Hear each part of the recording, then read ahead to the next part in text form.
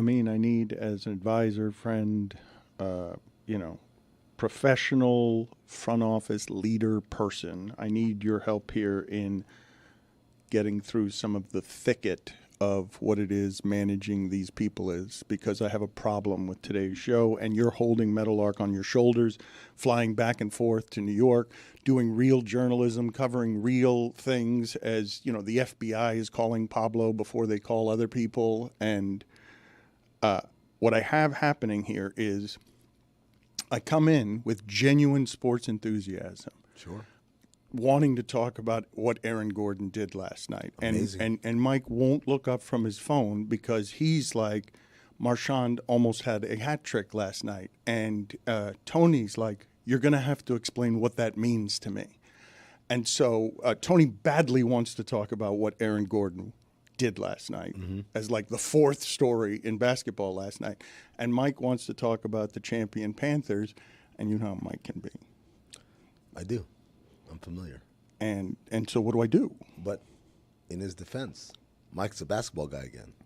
He's back. Did you not hear the story I just told you? I watched one of the games last night. You're asking a lot for that late game. Oh, that late game. That late game. Steph Curry vintage. Wind back the clock. I saw it, 10 of 11. That's very impressive. No, I said Steph Curry. No. I saw I'm talking about the game. I watched the finals rematch. I was on the Siakam over on points. Cash for daddy. See, he's back. He's back. You know who Aaron Gordon tied with 10 3-pointers for the most in a season opener in NBA history? They gave the stat out on Inside the NBA. Steph? Is it? Got to be a Heat player. Oh, is it a Heat player? It must be. Okay, let's 2020. Oh, wait, that's right. This is great. I think it's Tyler Hero, isn't it? No. Getting close. Getting warmer. He's someone in Detroit now. No. Not Duncan Robinson? No. I mean, I don't know where they're going to send him. Amin? Terry Rozier. Wow. Your judgment continues to be terrible Why? Because you say Mike's back in, and I just told you the story of me and Tony are saying, did you see what Aaron Gordon did last night? And Mike's like, Marchand almost had a hat trick, never looked up from his phone. Wait, I got to be... Let me tell you something. Your judgment is terrible because I told you Mike's a basketball guy, and then you know what broke out after that?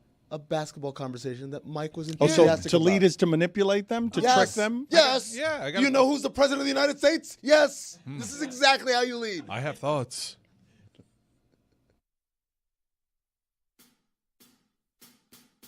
Basketball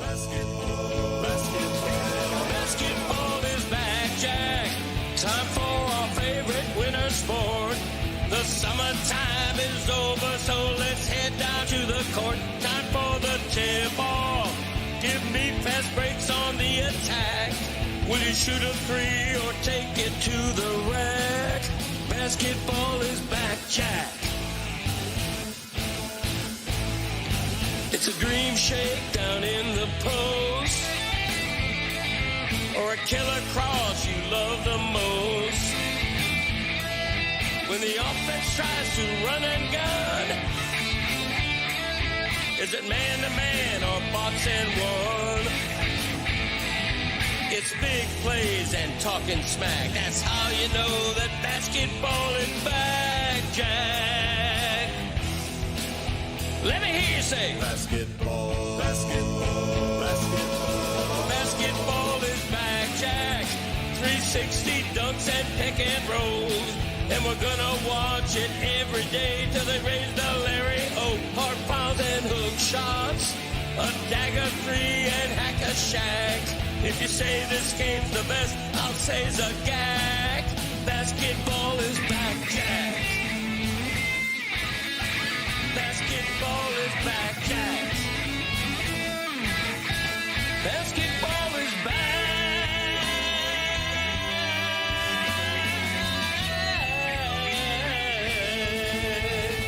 Basketball is back, Jack. I can't begin to tell you guys how happy those opens make me because of how happy your father is of us trafficking on the last embers of his singing career by wheeling him around the way they did Ozzy Osbourne at the end. And I think every once in a while... It's absolutely right. Guys, just like watch the first one. Listen to the quality of his voice. He ages 5 years every time we bring something back, Jack. He put it on the poll at Le Batard Show. Does Greg Cody age 5 years every time we bring something back, Jack? Because we're now wheeling him around like Ozzy Osbourne. That's not up for dispute. I saw Axl Rose do this, and it made me sad. Guns N' Roses, I think, did they open the Sphere? No, but they opened a place in Vegas, and they wheeled out Axl Rose, because he couldn't walk. I think he was coming off some sort of leg injury, but he was in a throne, but it was still a wheelchair that just moved around the stage as a throne. Dave Grohl then later used the same exact throne after he fell off the stage and still played. Rock and roll, man. Yeah. If you think your dad would be down, the vanity is such that if he were on his legitimate deathbed, he'd do a backjack for us. Yes. Like, I found my religion again. My religion is backjack. He's already talked about me and Yeti doing the first Greg Cody show after he passes because of all the downloads it would get. Well, you should do it the way he wants you to do it. Make sure that you're producing that show now. He's left it in very poor hands when it comes to things 4 months from now. Damn. Look, he's got a bigger job here that he's got to take care of. His dad runs him around as if he's still an intern. Like his dad thinks that Chris works for him, and I don't think he's paying him very much. Like whatever he's paying him is not what we're paying him around here to concentrate on a bigger job. I didn't say damn about Chris. I said damn about Greg Cody dying 4 months from now, apparently. Have you not seen the aging process with every backjack? He's got like 2 more before he turns to dust. Let's space these out then. He's been coughing for 10 years. He's been warning us as a siren, an alarm on mortality for 10 years. And now we're just wheeling him around. I want to get to a story here that should be internationally giant. We shouldn't skip past over Lionel Messi signing an extension that ends his career here, ostensibly. It's sheer lunacy that's happening. That shouldn't and can't happen quietly, even if it's behind a paywall. The University of Miami shouldn't be playing games quietly. The Dolphins need to be more quiet because Tyreek Hill is now – no, I'm not even kidding you. Tyreek Hill is now talking on behalf of the Dolphins, and the Dolphins – never mind in this market. The Dolphins are the first team I've seen in my lifetime that when a season implodes like this, the fan base turns around and says of all 3 of their lead voices, please shut up. Please stop talking. You're making everything much worse than it already is when the standings are plenty bad. And the clips I've heard of Tyreek Hill, it's just kind of like nonsense, where he's actually the least of our problems at this exact moment. It's actually McDaniel and Tua are worse, which the last few years, Tyreek's been the leader there. He's still, you don't want to hear Tyreek, but he's now, he's backseat. Tua's driving.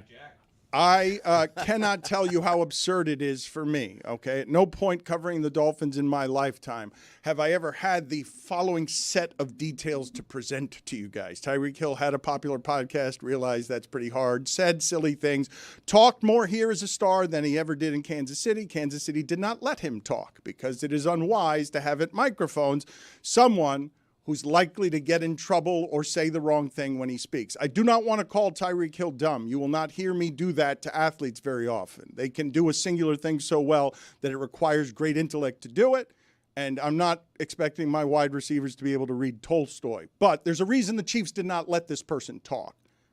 As a voice for as a voice for your team, you have to be careful. The Dolphins now have 3 people.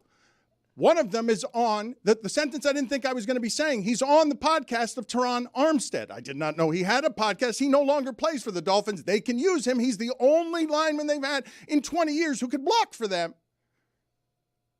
Rarely speaks in public. Was a famously bad interview. They could use a player like that. Don't forget about Paul. It's Paul guy. They're fine at left tackle right now. Okay, you're right. Forgive me. Paul is fine. That guy they got, Paul, it's not you're his right. blind side, though. Again, you need a right tackle that makes sense. If we had Armstead, maybe Paul could be on the right. Is Paul his first name or his last name? That's right. That's the joke. And we're going to need you to keep up no matter how much you're flying back and forth. Minor penalty, 2 minutes, delay a show. If you've been here yesterday, if you've been here following the show, you would know what that Paul joke is. You can't ask us to repeat a joke for you because you're too busy carrying Meadowlark in New York. What's the point? You're just going to accept the penalty? Ball went off me, Coach. I could explain what the joke I was doing. Oh, it's a layered joke? Yes. So the penalty Yes. should be on me? You're the one? No, okay. it's So We okay. can all go into It's the all penalty right. box, It's me, and you can carry us. It's all right. I was hoping that we were going to lapse into a bit where you guys are saying it's the right guard, not the left guard. Well, no, because I think the right quarterback is about to leave. He's done left. Like, I don't know. We could have done a whole bit there on who the blind side is for the next quarterback, because you got 3 Dolphins no one wants to hear from. It's fairly amazing. I mean, they were 9-2 recently at the end of a season. Like, and no, it's not just losing. It's I don't want to hear from these people. All of you, just shut up. Do not speak on behalf of this team. You're making nothing better. Close it down. Censor the media. Make it Cuba. Yeah. No, I harken back to the days that I was a Browns fan. I was afraid anytime I would see a headline that says OBJ says or OBJ's dad. It's just because it's it's not going to help. It won't help. So anytime Tyreek Hill will speak, it won't help. Tua will never help. Mike McDaniel will never inspire confidence. With every loss and media availability, you're just more and more sure you need to fumigate the place and start over. It's crazy, though, right? Because I've said that I really don't have precedent in this market. It's not prisoner of the moment. It's just someone who's lived in this town caring about this team. I've told you guys the stories.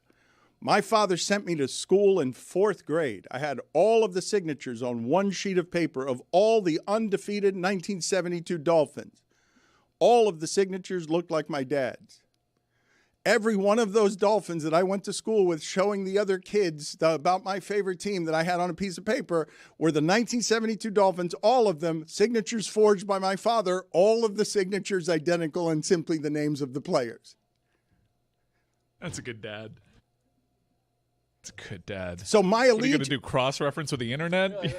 He got your ass. my allegiance to this team begins with my first memory with my father, walking through an Orange Bowl to a Dolphins game, and I just remember the feeling of my small hand in his, and it felt like Disney World, because our life is very small. Just with more urine.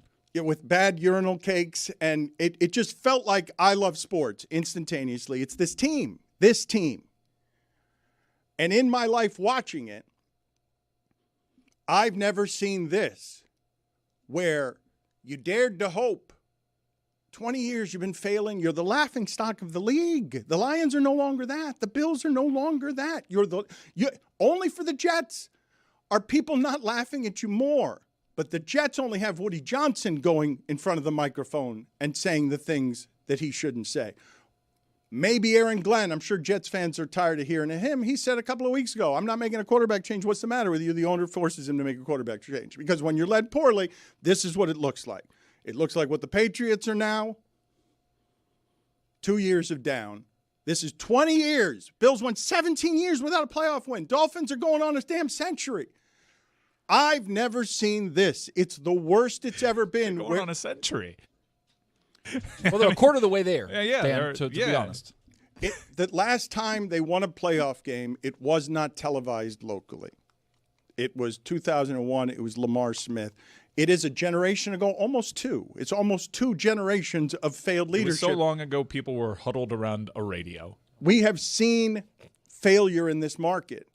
It's never looked like this, where you look around after daring to believe again, well, they got the number 1 offense in the league. It feels like Marino again.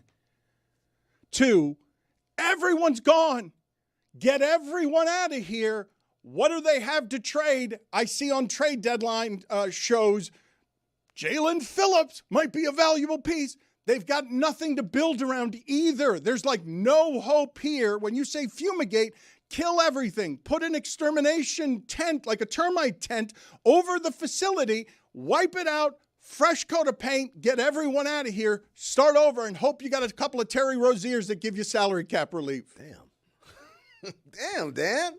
And that concludes Dolphins talk. Oh, jeez. We can't add to that. I stepped out for 2 minutes. What happened? Dan killed the whole franchise. they're going to said go kill another it. 75 years without winning a playoff game. Say, kill everything and hope you have a couple of Terry Roziers. Look, you guys can make fun of me this century in the tick of it. It's crazy to say in a league that legislates equality, 25 years, nothing. Nothing to show for it. Can't block anybody. Don't have an offensive lineman except for Paul. 20 years of draft picks. Chris Greer went through $1 billion, 21 first and second round picks. Like, that's you throwing up lottery tickets, and all that rains down on you in the end is a mountain of shit from a fighter pilot AI the President of the United States has put over protesters. Tremenda mierda. Tremenda cagazón. They should have the poop emoji on their helmets. It's never been this. Like Cam Cameron, 1-15. That was pretty bad. Yeah, but and you never wanted to hear Cam Cameron talk. You want to talk about someone not inspiring confidence. Yeah.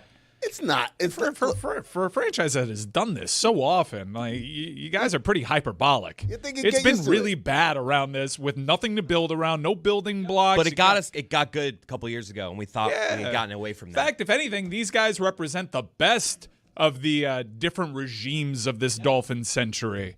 Guys, are the Dolphins the Knicks of the NFL? Like, you guys are still holding on to some shit that happened in the 70s? Yes. Right.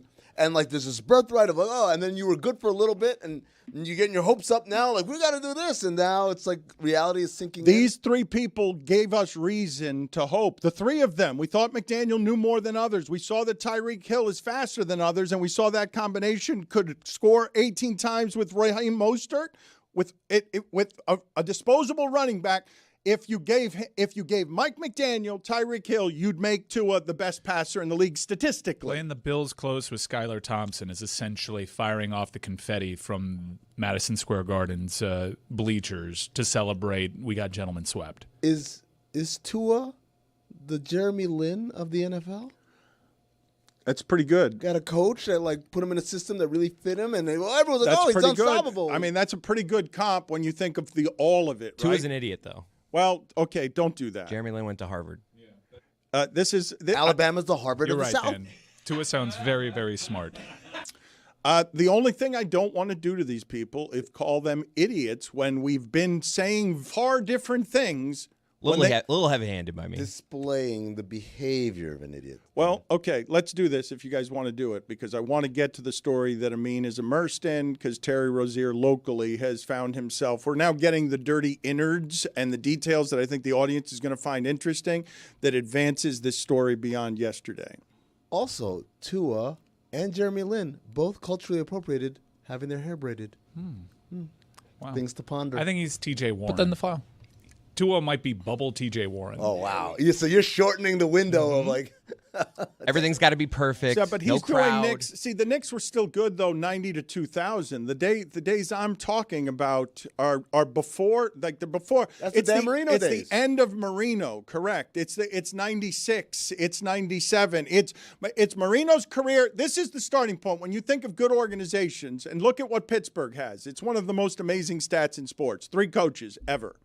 3 coaches ever on the Pittsburgh Steelers. And they all have won. Okay, Don Shula, Jimmy Johnson goes out, loses 62-7. It's the end of Marino, and then Jimmy Johnson retires. Would have been the last time it felt like this, where it's like, oh my God, they're so far behind, and now everything gets swept out. We don't have a quarterback. I want to look up the line for that Jags-Dolphins game because everyone was on the Dolphins.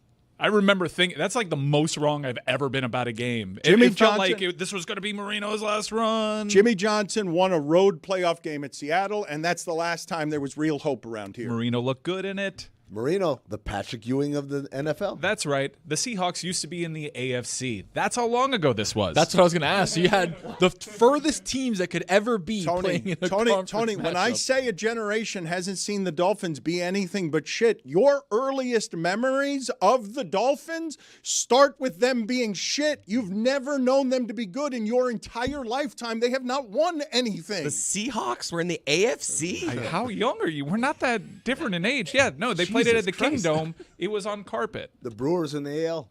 You guys know that? Astros are in the NL. Yeah. I may be conflating time periods, but No, that's exactly how it happened. we believed in Jimmy Johnson because he threw Flutie Flakes on the floor and stepped on them after beating Flutie. And then Jimmy Johnson wins at Seattle. They come back. They lose to Jacksonville. Jimmy's heart wasn't in it. Like, he was done. And so they had to start totally over. But that's the last time the Dolphins were any good. They then complained afterward. Wanstead took over because Jimmy said so, and they kept going 10-6. And then it all fell apart this way on Wanstead because he didn't have a quarterback. We thought that the combination of Hill and McDaniel would make Tua good forever. Like for his career. We were willing for him to risk brain injury. We wanted him so badly to make sure that they were 9-2 and led the league in passing. And because they dared to hope like that, they're now really furious with the team and its management and say all of this is long overdue. They should have done it last offseason. They should have never, like everybody's going back and doing revisionist history on they never should have given these people anything as if they didn't have us hoping deeply 18 games ago. We went to Las Vegas because we thought the Dolphins were going to be in the Super Bowl. Our whole show. That was kind of ridiculous in hindsight. In hindsight, now we think about it, we're like, huh. That wasn't that Bad long idea. ago. Is Cam Cameron's full name Cameron? Put it on the poll at look Le it up. Batard Show. Is Cam Cameron's full name Cameron? It's Malcolm. We need that thumb to go this direction. It's Malcolm? Yeah, it's Malcolm. Malcam Cameron? Get all the way out of here. Are His you name's not sure? Malcolm. I don't think that's right, Roy. Yeah, we talked about this. I back don't when doubt we were Roy. 790. Don't doubt Roy on stuff No, like he's this. right. I just looked it up. Why Malcolm wasn't- Cameron. Shouldn't it have been Calm Cameron? Tom Cameron, yeah. Put it on the poll. Shouldn't it have been Calm Cameron? It's a hell of a question. We talked about this, Roy, as an amazing library you have in your head. I've done Doritos 9 straight years, according to Chris Cody. You have, actually. That's how long you've been eating them, Roy. Like, you've just, Once a year, you're like, what do you guys prefer? Put You it on think the I've poll. been eating Doritos for just 9 years? no, I think you've been eating just Doritos for 9 years. Do we have white Malcolms anymore? That's the first one I can even think of. I'm close- just learning about this. I'm closest hearing thing- this for the first time. The closest thing I can remember, Mike, is Dr. Ian Malcolm.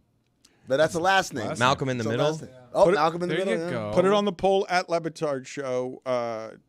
Did you know that Cam Cameron's first name was Malcolm? I believe that's going to be shocking to people, even though, as Roy said, we did talk about it 11 years ago. We need that thumb to go this direction.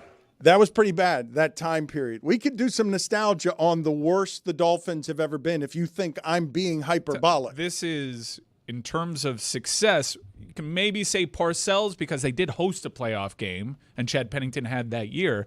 But there were 2 playoff appearances from this regime. There have been.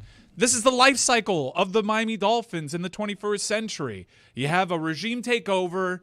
It putters around for about 4 to 5 years. You get excited at one point, and then you have to rebuild. And I think this Dolphin regime is probably, arguably, the most successful. And that's why Dan thinks this is the worst, because the expectation was built because there's hope for the first time. It's not just, hey, we're pretty good, we're winning games. It's like, oh, shit, we have the best offense. And because of that expectation, where we are now, it's the delta.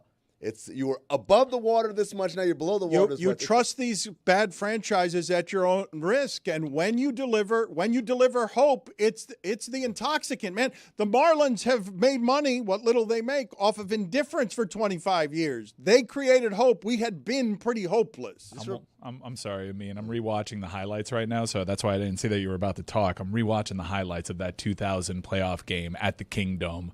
Dan Marino, the last moment that we want to remember, 95-yard comeback drive to seal that game. They held Ricky Waters to 2.1 yards per carry. Nice. Mike, I don't know if you remember this conversation we had. It was years ago. The Browns' job was open, and the Packers' job was open, I believe. And I remember telling you, you take the Packers' job. You're like, what? The Browns are young, and you got Myles Garrett, and you've got the great young quarterback Baker Mayfield. I said, no, it's not because of the talent. It's because of the organization. The organization has proven they'll never do anything right, as opposed to the Packers where it's like aging quarterback and all that. But, like, I know they have some sort of sense about them. And that's what reminds me of what Dan is saying right now about the Dolphins. It's like, it's the organization, man. And the Browns hired Freddie Kitchens with that window. Do you guys understand, though, the very simple emotion in fans that are loudest and angriest today at the expense of the Dolphins? That they wouldn't bother to be introspective enough to say, of course I'm lashing these people because they told me that you were a smarter coach than the others, that it doesn't matter who the linemen are. Mostert will have 18 touchdowns, and then you proved it. They told me you could fix the quarterback, and you were so delighted to have speed because Hill and Waddle were going to be everyone's fantasies players. You told us that. You made us believe it. We hoped, because, and then you showed us, oh, you are smart.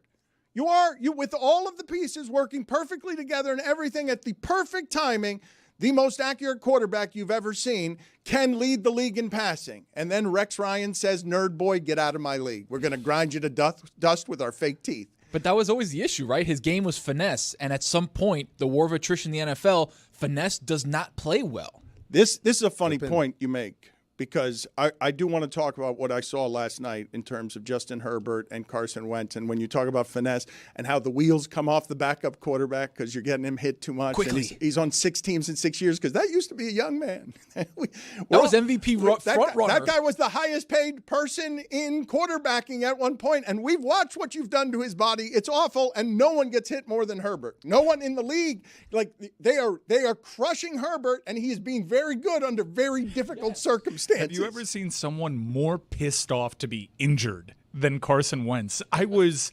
slack-jawed watching his reactions. That was uncharacteristic, to say the least. That guy is so stoic. He wants to be out there. off. He wants to be out there so badly, and he wants to save the Vikings and get them to meaningful games and their future. He cares deeply. Again, 6 teams in 6 years. It's eaten up his body. He's super old now. By the way, keep an eye on it, okay? I don't know if we've said this on the show before.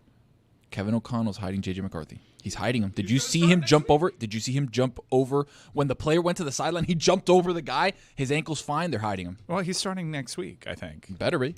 I want to talk about this game because what's happening at the quarterback position is funny, but I want to get to the story with Amin and with Terry Rozier locally, because we have new information and more information coming out. Brian Windhorst was talking about how the league caught this, how specific it was in pulling Rozier because they worked with the companies to get maximum information in a way that will show you how some of this stuff unspools and where and how it is the NBA could or would or wouldn't cover things up in order to keep some of this bad stuff from being seen by the public. Here's Brian Windhorst telling you that basically the NBA felt like it was out ahead of the FBI.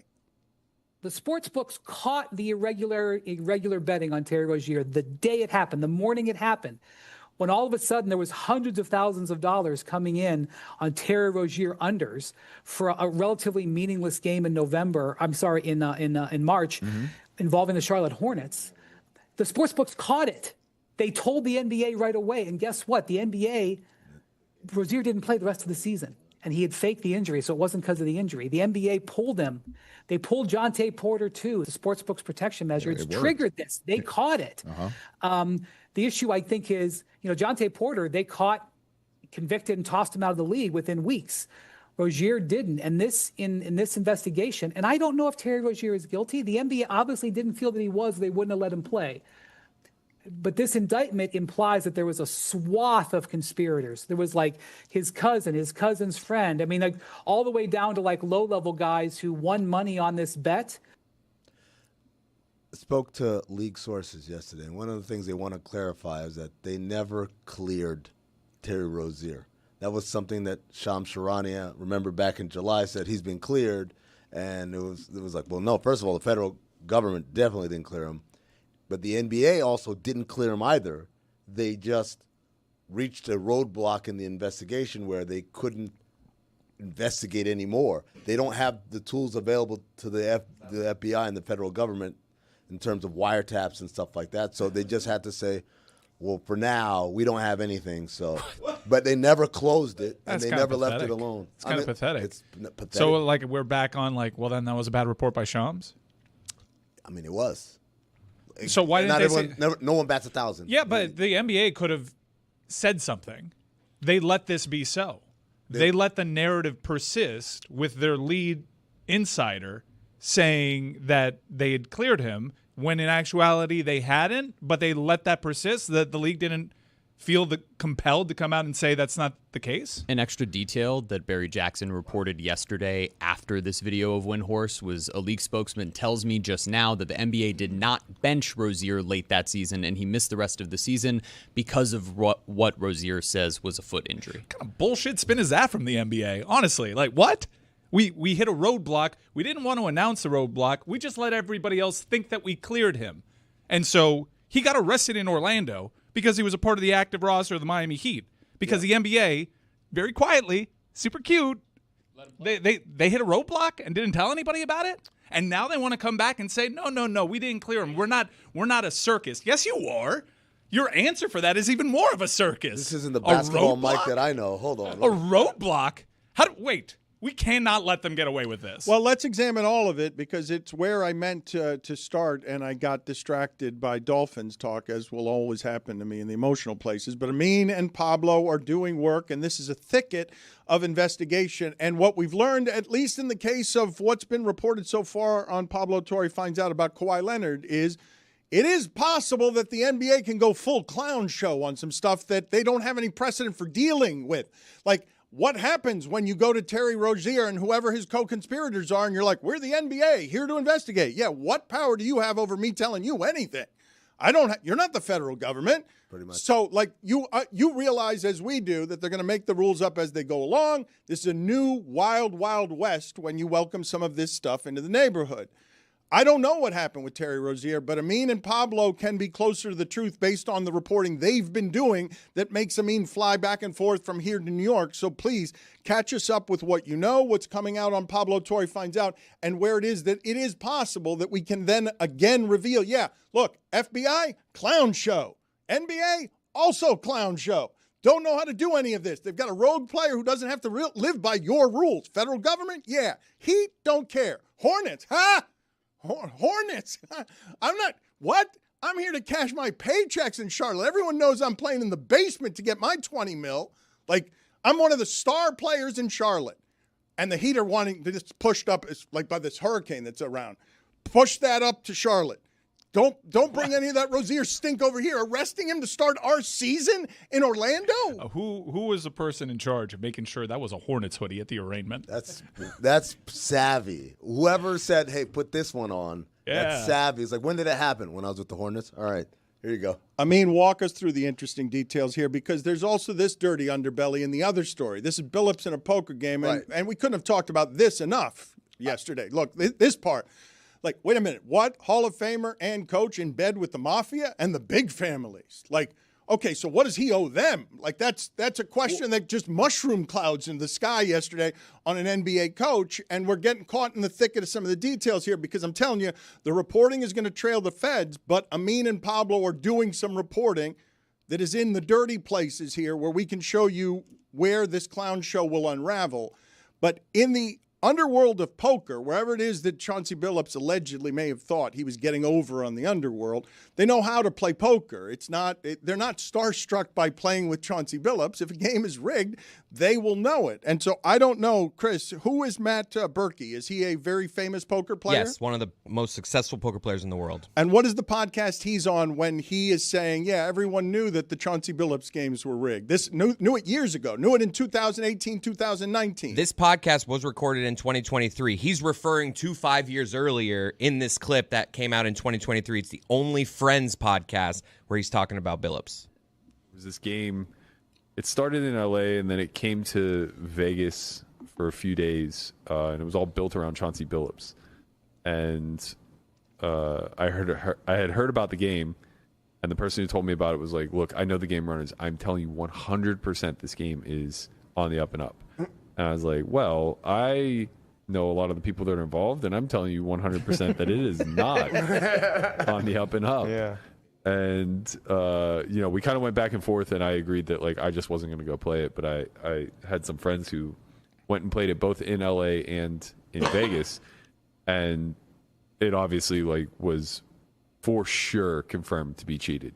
Mm-hmm. Like, people who clearly didn't even understand the rules of No Limit Hold'em are just, like, jamming hundreds of big blinds in with like a gutty and then And just drilling drilling it. Only the pros are losing. Like, that's not even well matched, okay? If you know, and I'm not going to be a sophisticate when it comes to the poker world, but they know where the inefficiencies are, and a pro would spot a rigged room very fast, like within a couple of plays. A gut shot straight draw, 100 big blinds is just like, that's the, like, if I was at that game, I would just be like, that guy's cheating. That's the most. Like, it's so blatant. What he just explained is sort of the most amateur. Wouldn't even take a pro to recognize. Wait a minute, that never happens. You clearly knew the cards that were coming. You don't know the rules. You don't know the rules. Wait a minute. This is not.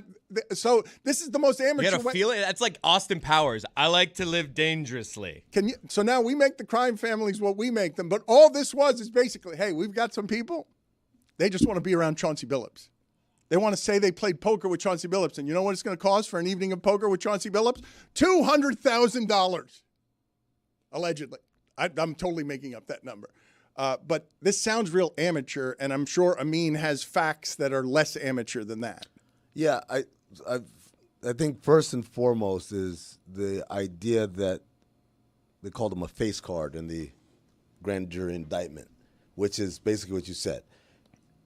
He plays in a game, the marks come to play with him, and then the game is rigged, and whether he gets compensated or not, I don't know. But I'm trying to be careful. If I sound cautious, it's because I don't want to. No, you should be. Look, all right. So look, you know some facts here. Let me be less flippant about this, Right. okay? Because I know it involves the mafia, the FBI, and no matter how much those departments may have been diminished over the last few years of whatever the mythology of this is, this sounds like the dumbest version of this that is the most easily caught, the way that I've seen the details presented, but you have more details than I do. And I don't think Chauncey Billups to be a fool, but what the FBI said yesterday in totally disgracing a Hall of Fame player and current coach who makes a lot of money to be a current coach, they are saying that he was stealing money from people. So when you read through the grand jury indictments, first of all, there's two things going on. Number one is they lumped a bunch of names together because I think the layperson, the lay sports fan is like, Chauncey Billups was fixing NBA games. Like, well, no. There's different names involved in different alleged crimes. And those alleged crimes, the biggest name of all the defendants is Chauncey Billups.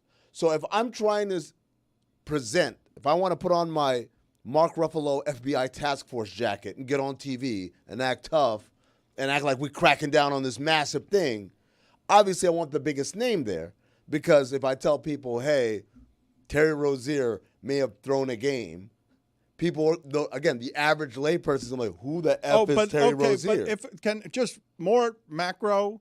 Right. Can we clean one thing up, though? Because I understand that Chauncey Billups wasn't named in this, but there's a lot of circumstantial evidence that suggests he might be co-conspirator number 8, right, Jeremy? Yeah, Pablo pointed this out on Twitter yesterday after reading through the DOJ indictments, and the allegations here are really interesting because it says co-conspirator 8, an individual whose identity is known to the grand jury, was a resident of Oregon. He was an NBA player from approximately 1997 through 2014 and an NBA coach since at least 2021. On or about March 24th, 2023, the Portland Trail Blazers played the Chicago Bulls. Prior to the game, the Blazers' record was 32-40 and the team was out of playoff contention.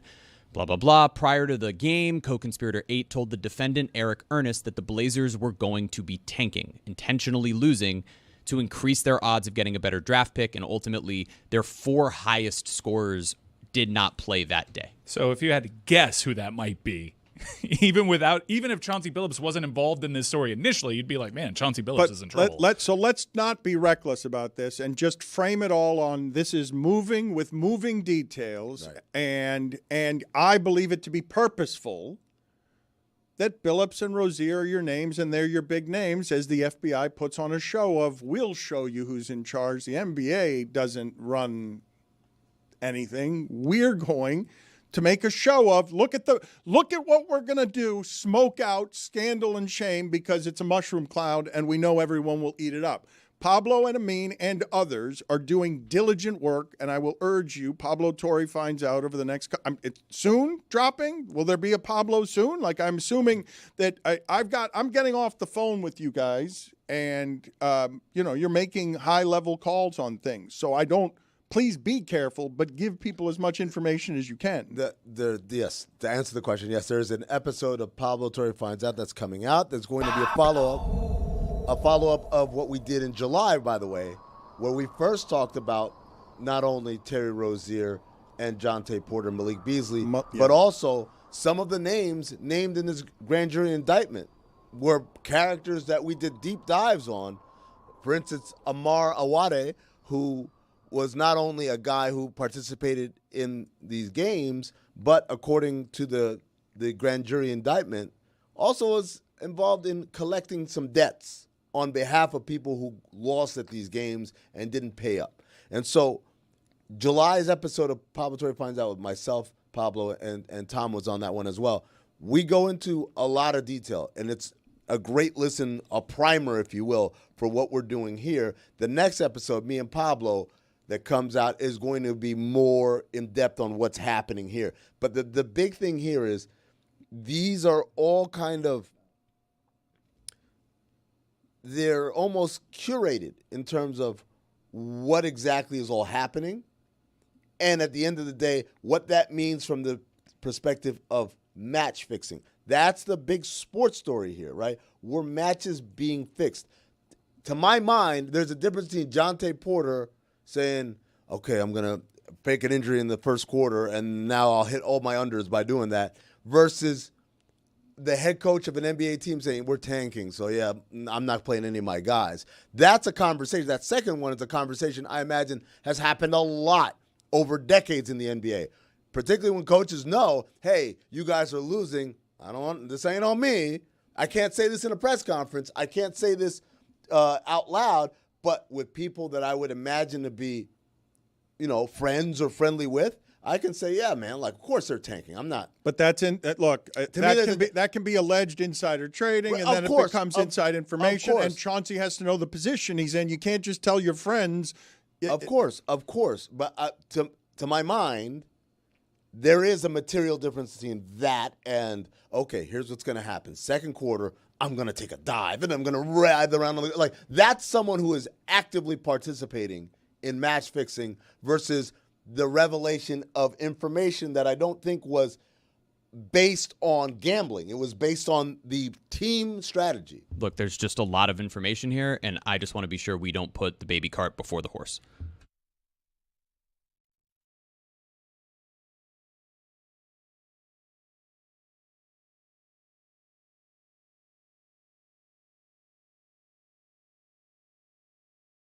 Will they be cleaned? Oh, not at all. When the lights go out mid-broadcast. With sportscaster Dan Patrick of the Dan Patrick Show.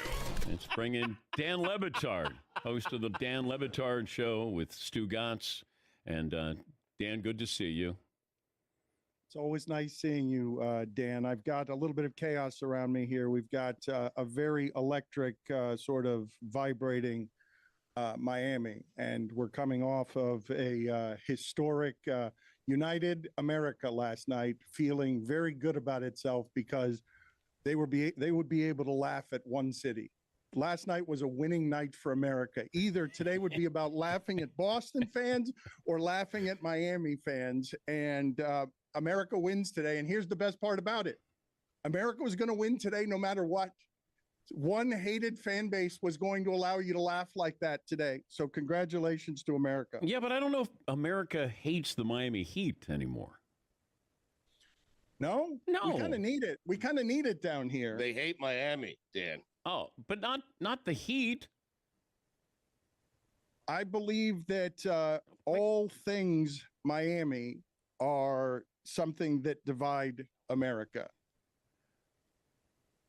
Do you guys hate the Miami Heat? Like, Jimmy Butler's a great story, and Caleb Martin and Gabe Vincent and Eric Spoelstra.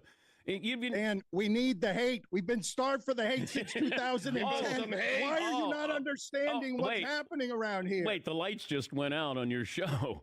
Oh my God! Yeah. Haters. What happened? Haters. Bring back our hate. Okay. Well, I'm sorry that the power has gone down here. I can still hear you, though, Dan. I can still hear you. You never look better. I love it. Yeah. Anybody got any matches? Yeah. How about a candle? Look, Something. I'm running a media empire here, Dan Patrick. This is a very exciting time in our history. Man. Everything shakes and creaks down here with the enthusiasm. We've lost all power down here, so I'm sorry this isn't a better televised affair. Do you? Is this? see my I face like it. here? I like it. I like it. By candlelight. Can you see me? Okay. Can you see me? No. Is this the Le Batard Blair Witch Project? I'm sorry that I literally, after leaving ESPN, can't keep the lights on. Stugotz, pay the bills for the man, will you? You want me to pay the bills? Get out of here! I don't pay my own bills. How big is Jimmy Butler? If we had power rankings in Miami, no, our athlete power rankings, is he a 1 seed? Oh yeah. What do you? Oh yeah. Are you kidding me? Dan, you are doing the show I've always wanted to do. Power rankings for Jimmy Butler. I mean, God bless you. Man. 1 seed. Yeah. 1A. Okay. Over anybody with the Dolphins. Anybody else come into? Anybody from the Florida Panthers? You know? Okay, you're talking about present or all time? How about current? And then we could do all time. Okay, but this is what we need to do if we're going to go to, Can you put up a test pattern at least on your screen there, like something? It's just buddy, I don't have control of the technology here. This is embarrassing. It is embarrassing. You don't think I'm embarrassed right now? Or do you think that I'm filled with buoyant champion pride right now? This is why Mike Ryan left. But he hasn't left. You just can't see him because he's got his head in his hands in the dark. I can see it. Well, he's going to be leaving. Yeah, I'm leaving now. Yeah, I'd get out. Get out while you can.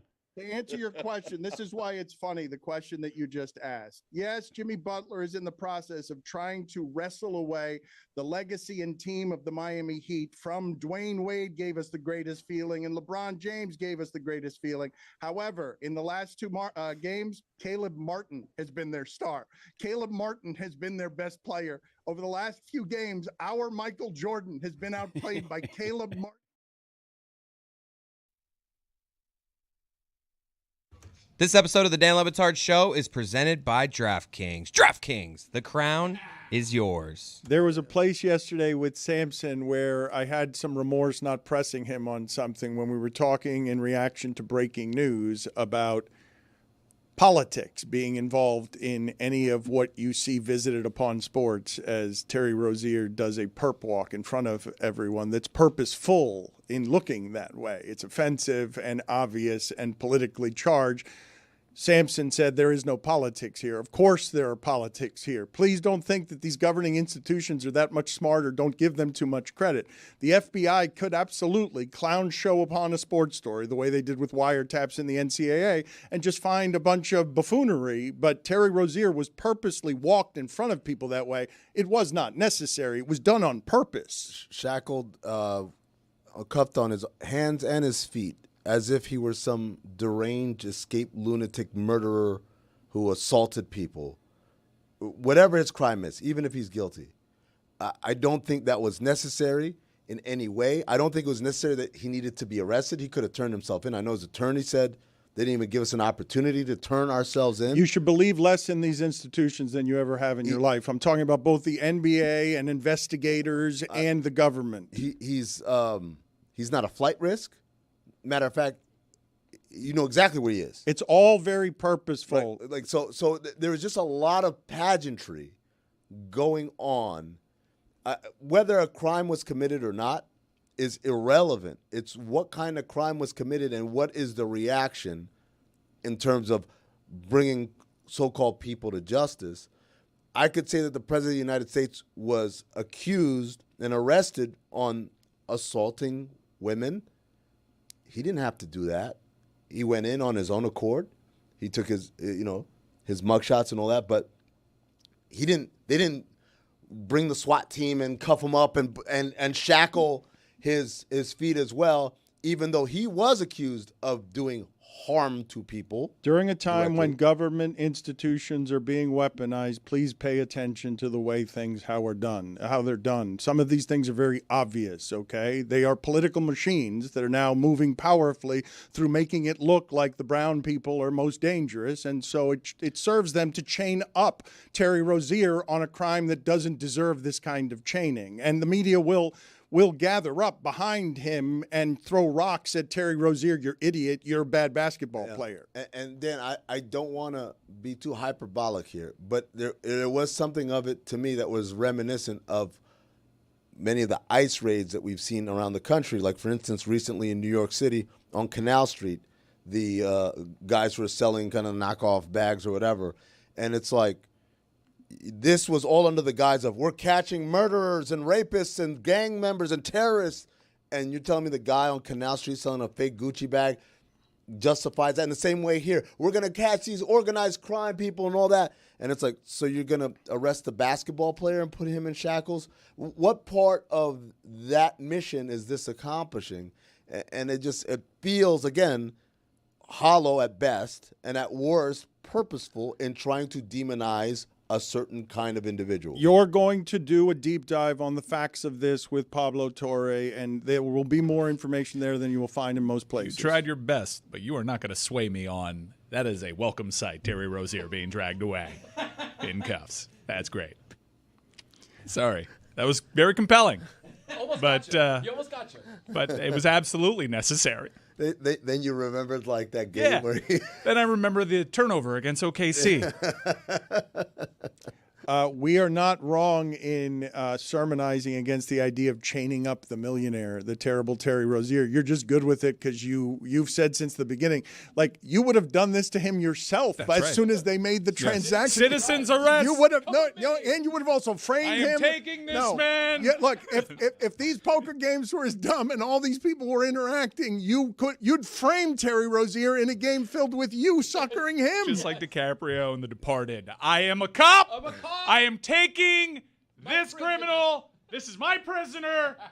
My favorite text message I got out of all the text messages around this was a friend of mine sent me a screenshot of a text where someone said, wait a second, can someone tell Cash Patel that Woody Johnson has been playing in illegal poker games as well?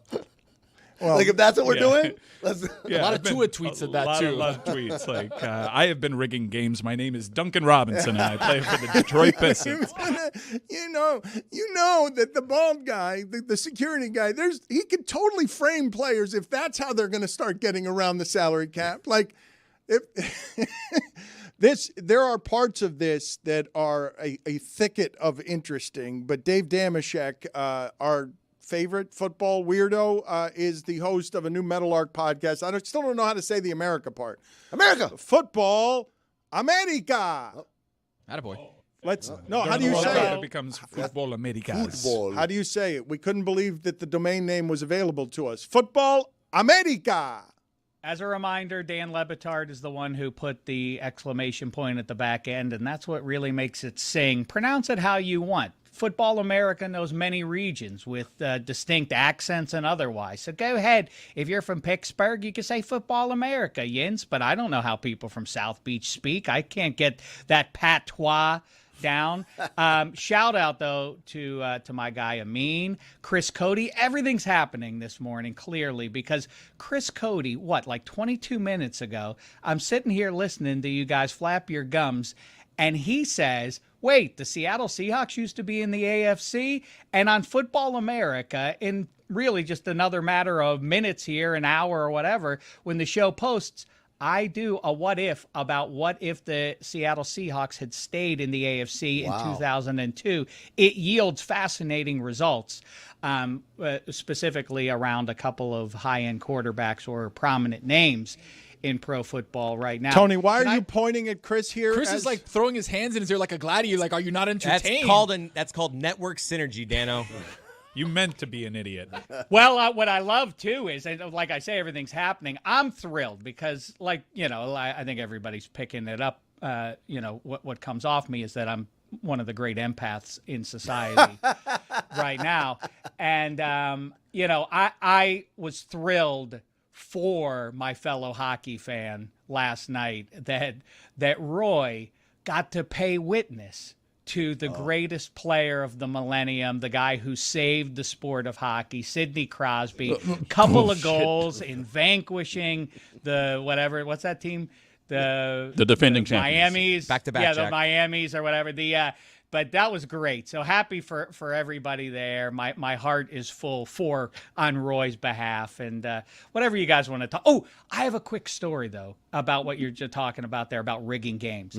I was once about a decade ago pre-game down in Chicago, downtown, in Soldier Field, running around on the field about 45 minutes before kickoff one Sunday.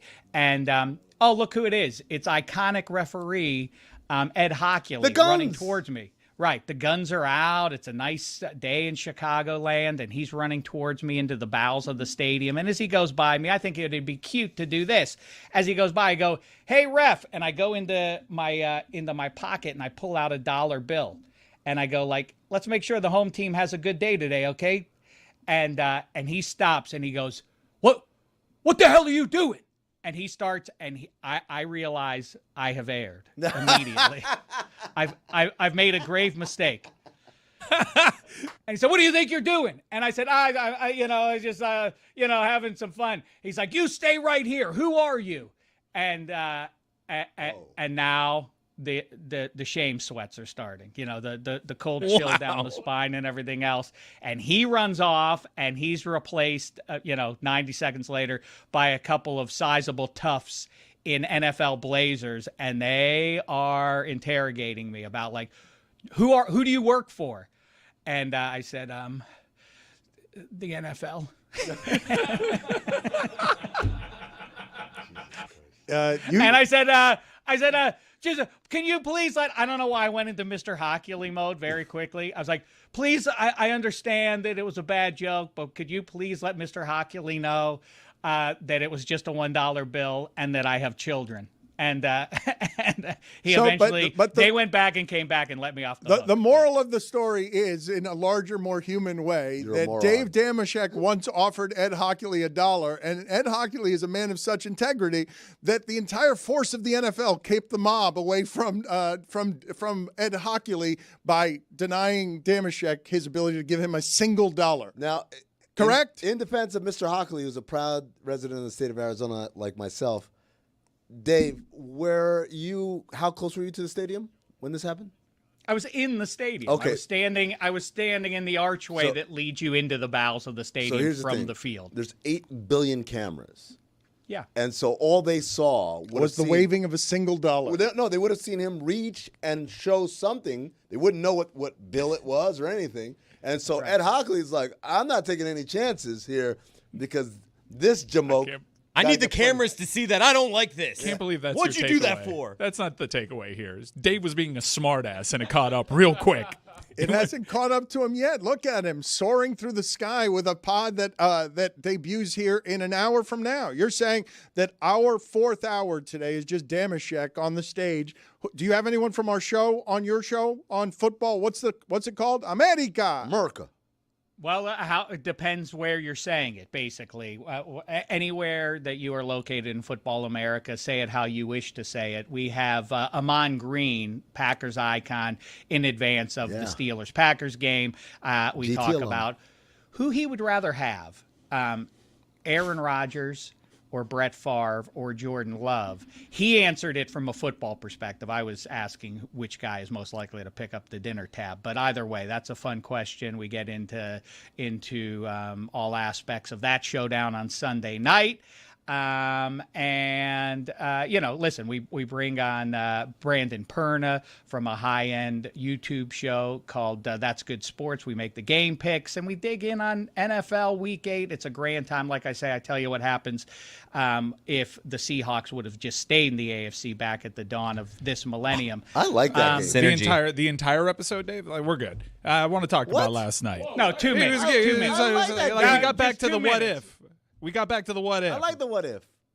Yeah, just a couple minutes. You'll deal with it, Mike. It'll be okay. Hey, Amin, I've been talking a lot about movies. I'm chomping at the bit to talk with you. We've been talking about Tarantino movies and Paul Thomas Anderson movies. One battle after another, one of the real gems of the generation. I'm going to throw this one at you guys. I don't want to. I'm sorry, Dan. I know we want to talk football, but quickly, the game of life matters too. And watching movies is a big part of my life and Amin's. It is. So I'm going to ask this one to the room. Quentin Tarantino character draft. Oh. Long weekend. Who you riding with? Whoa. We're driving? This is driving, not flying? You can drive it. You can drive it. Let's say it's a road trip because then you have to deal with people's picadillos a little bit. Famously, there was banter in a car between two of the main characters, but that doesn't turn out well. They can be irresponsible if they hit a pothole or something. Well, they don't turn on each other. Yeah, it doesn't go well for one of them, right? Yeah, but we got to pick spoiler a singular alert. Come on, character. Mike. A singular character. Okay. Yeah. Phil Lamar. No, wait. No, not him. No. Yeah, that is a deep pool. So we're all going to choose our first round pick. Our first. Yeah, our go first ahead. Yeah, pick. let's do it. Yeah, let's do it. You can't share one. I mean, you have the honors. Okay, so I'm gonna start with. You know what? Because he seems like a fun time. I'm gonna go with my man Jules. That's who I would have selected. Well, Isn't Dan, that, he's taken, Dan. That's how drafts work. He's isn't gone that now. what everyone wants? Where's your big board, Dan? Where's your big board? Come You on. gonna take Cooper Flag? Is that what you're telling me? No, I'm just saying that. Is there a better character than Samuel Jackson in Pulp Fiction? That's not how drafts work, though. That's off the board now. The Charlotte Hornets are like, I was gonna take Wembanyama. No, I want Wembanyama. Yeah, I'll go next in the draft. Well, I just want to say right out of the gate, this is maybe not the greatest choice that you could have made there. Why is that? You understand? Because Jules kills people. That's right. I mean, and does it with regularity. Yeah. What do you mean? Why he pulls out that gun at the drop of a hat? He's taking it out at a diner. He needed to take it out in that case, but still, I mean, he's a dangerous man. My guy Jules does his job. He doesn't kill for fun. He's not a sociopath. He does it for work. He pulled a gun out in a diner. Why? Because Tim Roth and Honey Bunny pulled out the guns first and tried to stick him up and told him to throw his wallet in there. You know what? He was just trying to mind his business, have some coffee, read the paper. So he is a transitioning man. He seemed to be mellowed out as Ringo. we're watching. I'm trying real hard. You could do worse, that's for sure. It's about enjoying the time with someone in a car. And I'm going to go with, it was tough between Brad Pitt, Tarantino characters, torn between Lieutenant Aldo Rain and Cliff Booth. But even though Cliff Booth probably killed his wife, I'm going with Cliff Booth. You know what, Mike? I think that's the winning choice. That's exactly right. Cliff Booth is a great time, if nothing else. He'll trip out with you at the drop of a hat. He loves drinking beer every night. Yeah, he's a swell fella, and he's a coxman to boot. So yes, there's no downside to hanging out with old Cliff Booth. And importantly, if he has murdered, it was only once. Although I have my pal Mark Sessler floated a fascinating conspiracy theory. Aldo Rain is Cliff Booth. Cliff Booth is Aldo Rain. Aldo Rain leaves WW2 with great success, lives out for another quarter century, and then arrives on the scene in Once Upon a Time in Hollywood. Pretty heavy. Pretty good. It checks out. Would no one want to be the detective or the bail bondsman in Jackie Brown? Like, if you don't want conversation in the next seat, because Cliff Brown's not going to give you he's not going to give you much conversation, right? It's not going to be a fun car ride with someone who's real talkative. Well, I mean, Dan, you like to speak. As it happens, I like to speak. So, yeah, I'd like somebody who says interesting things about 20% of the time I'm engaged in a conversation with them so that I can just overwhelm with the amount of words I say 80% of the time. Who's your choice, Dan? Dan wants to ride with the bail bondsman. I'm like, I want to ride with Jackie Brown. Hello. Hey, I know what game you're playing, buddy. Hey. I mean, wait, Dan, is your official choice from the galaxy of options in Tarantino? You're taking the old bail bondsman guy? So wait a minute, you guys just with the hair plugs? You guys, listen, you guys did a bait and switch on me. You only took Brad Pitt because he's going to sit there and listen to you. He's and a I'm good like, listener. I'm like, if that's the kind of character, Jackie Brown's not going to just sit there and listen. I don't want her to listen. Hey, come on now. I mean, listen, the options in just Once Upon a Time in Hollywood are plentiful. Rick Dalton he's a drunk who has a million stories about show business. What a great He's an out of control drunk. I'm kind of with I mean, not Hey, Cliff, you remember that time Stephen Morris dropped back, threw 5 tutties? Like, he would just sit there and be Just like, be all an, right, so Mike. just be an ear. Yeah. So he would just be a forehead who would collect your boring Pittsburgh Steelers stories. I can finally right. I can get to football now. Let me regale you. I don't know Sean about. Spence I'm not familiar. I'm not familiar with what stories you're talking about because the stories you're talking about are boring. My stories about the Pittsburgh Steelers, rich and full. You've got Pittsburgh going back to Green Bay this weekend. That's the storyline game, right? Like that's one of the worst uniform games of all time. we're mowing It through really the is. backup quarterbacks. It's going to spit up. The machine's going to spit up people. But this weekend, at the end of Aaron Rodgers' career, I called Aaron Rodgers one of the great underachievers of my lifetime because, like Shaq, I just expected more winning because that's a 4-time MVP. I want him to win all the time. These are the last fumes of this and the last chance. And he goes back to Green Bay, and he's got to kind of enjoy this spot. Enjoy this spot.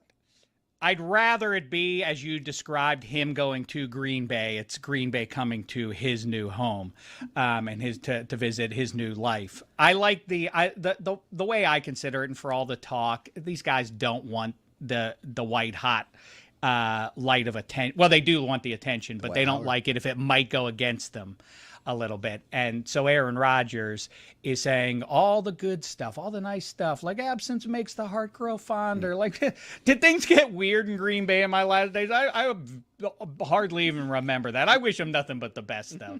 But clearly, he wants to win real bad. And you can feel it coming off of him. And he's the junior copywriter in the elevator next to Don Draper. And Don Draper is Jordan Love and the Green Bay Packers organization looking back at him and saying, I don't think about you at all. They don't care about Aaron Rodgers and what he's doing. But clearly it is deeply important to Aaron Rodgers and his silly, like, what happened? I that was so long ago. That was like 4 years ago when I was saying that Brian Gutekunst was incompetent and that no one would come to Green Bay if it weren't for me. Did that happen? I don't remember who said those what was that things. reaction you just had? What was the reaction you just had? What was that sound you just made? Yeah, but why did you make that sound? Oh, that name was a little dangerous. What name? Let's move on. Let me do my Brian Gable. Let's move on. Still can't get over Amin and Dan trying to make us feel sympathy for Terry Rozier. I would have had him out as Hannibal Lecter. I don't even know what in the hell you're even what you guys are even talking about. But Dan, that's exactly right. 35 years. The Green Bay Packers have never had, and Jordan Love's pretty good too. But even if we leave him out, for about 35 years, the Green Bay Packers never have worse than the second or third best quarterback in the QB league. Brett Favre hands it off to Aaron Rodgers. 2 Super Bowls, the exact same number of Lombardis as Trent Dilfer and Joe Flacco delivered to Charm City. Underwhelming stuff, but I did say in 2010, in October of 2010, into a microphone, anybody who would listen, I said Aaron Rodgers will go down as the greatest quarterback of all time. This is before he won a Super Bowl or anything. That didn't end up happening. No? He still may be the most gifted. He still may, even with Patrick Mahomes and Josh Allen, I still think for quarterbacking, he's the most gifted guy I've seen. But it leads me to this with the World Series about to start and the spectacular performance of Ohtani last week. How close are we to seeing right now the 4 GOATs of the 4 major sports? I'm not talking about that they're in their primes right now, but we are witnessing in real time. Ohtani's the greatest baseball player in the history of people, right? Mahomes, probably. Mm-hmm.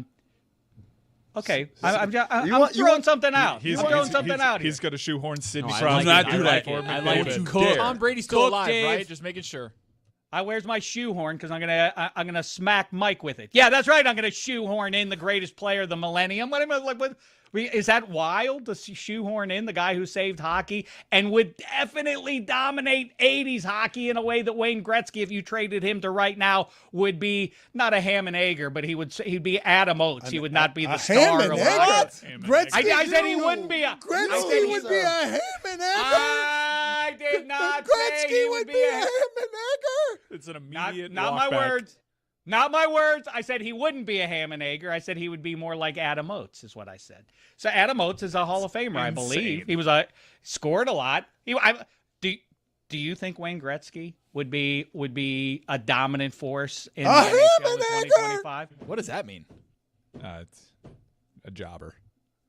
whatever. Yeah, but I didn't say it, Dan. I said he wouldn't be a ham and egger. I said he'd be Adam Oates, who was an all-star.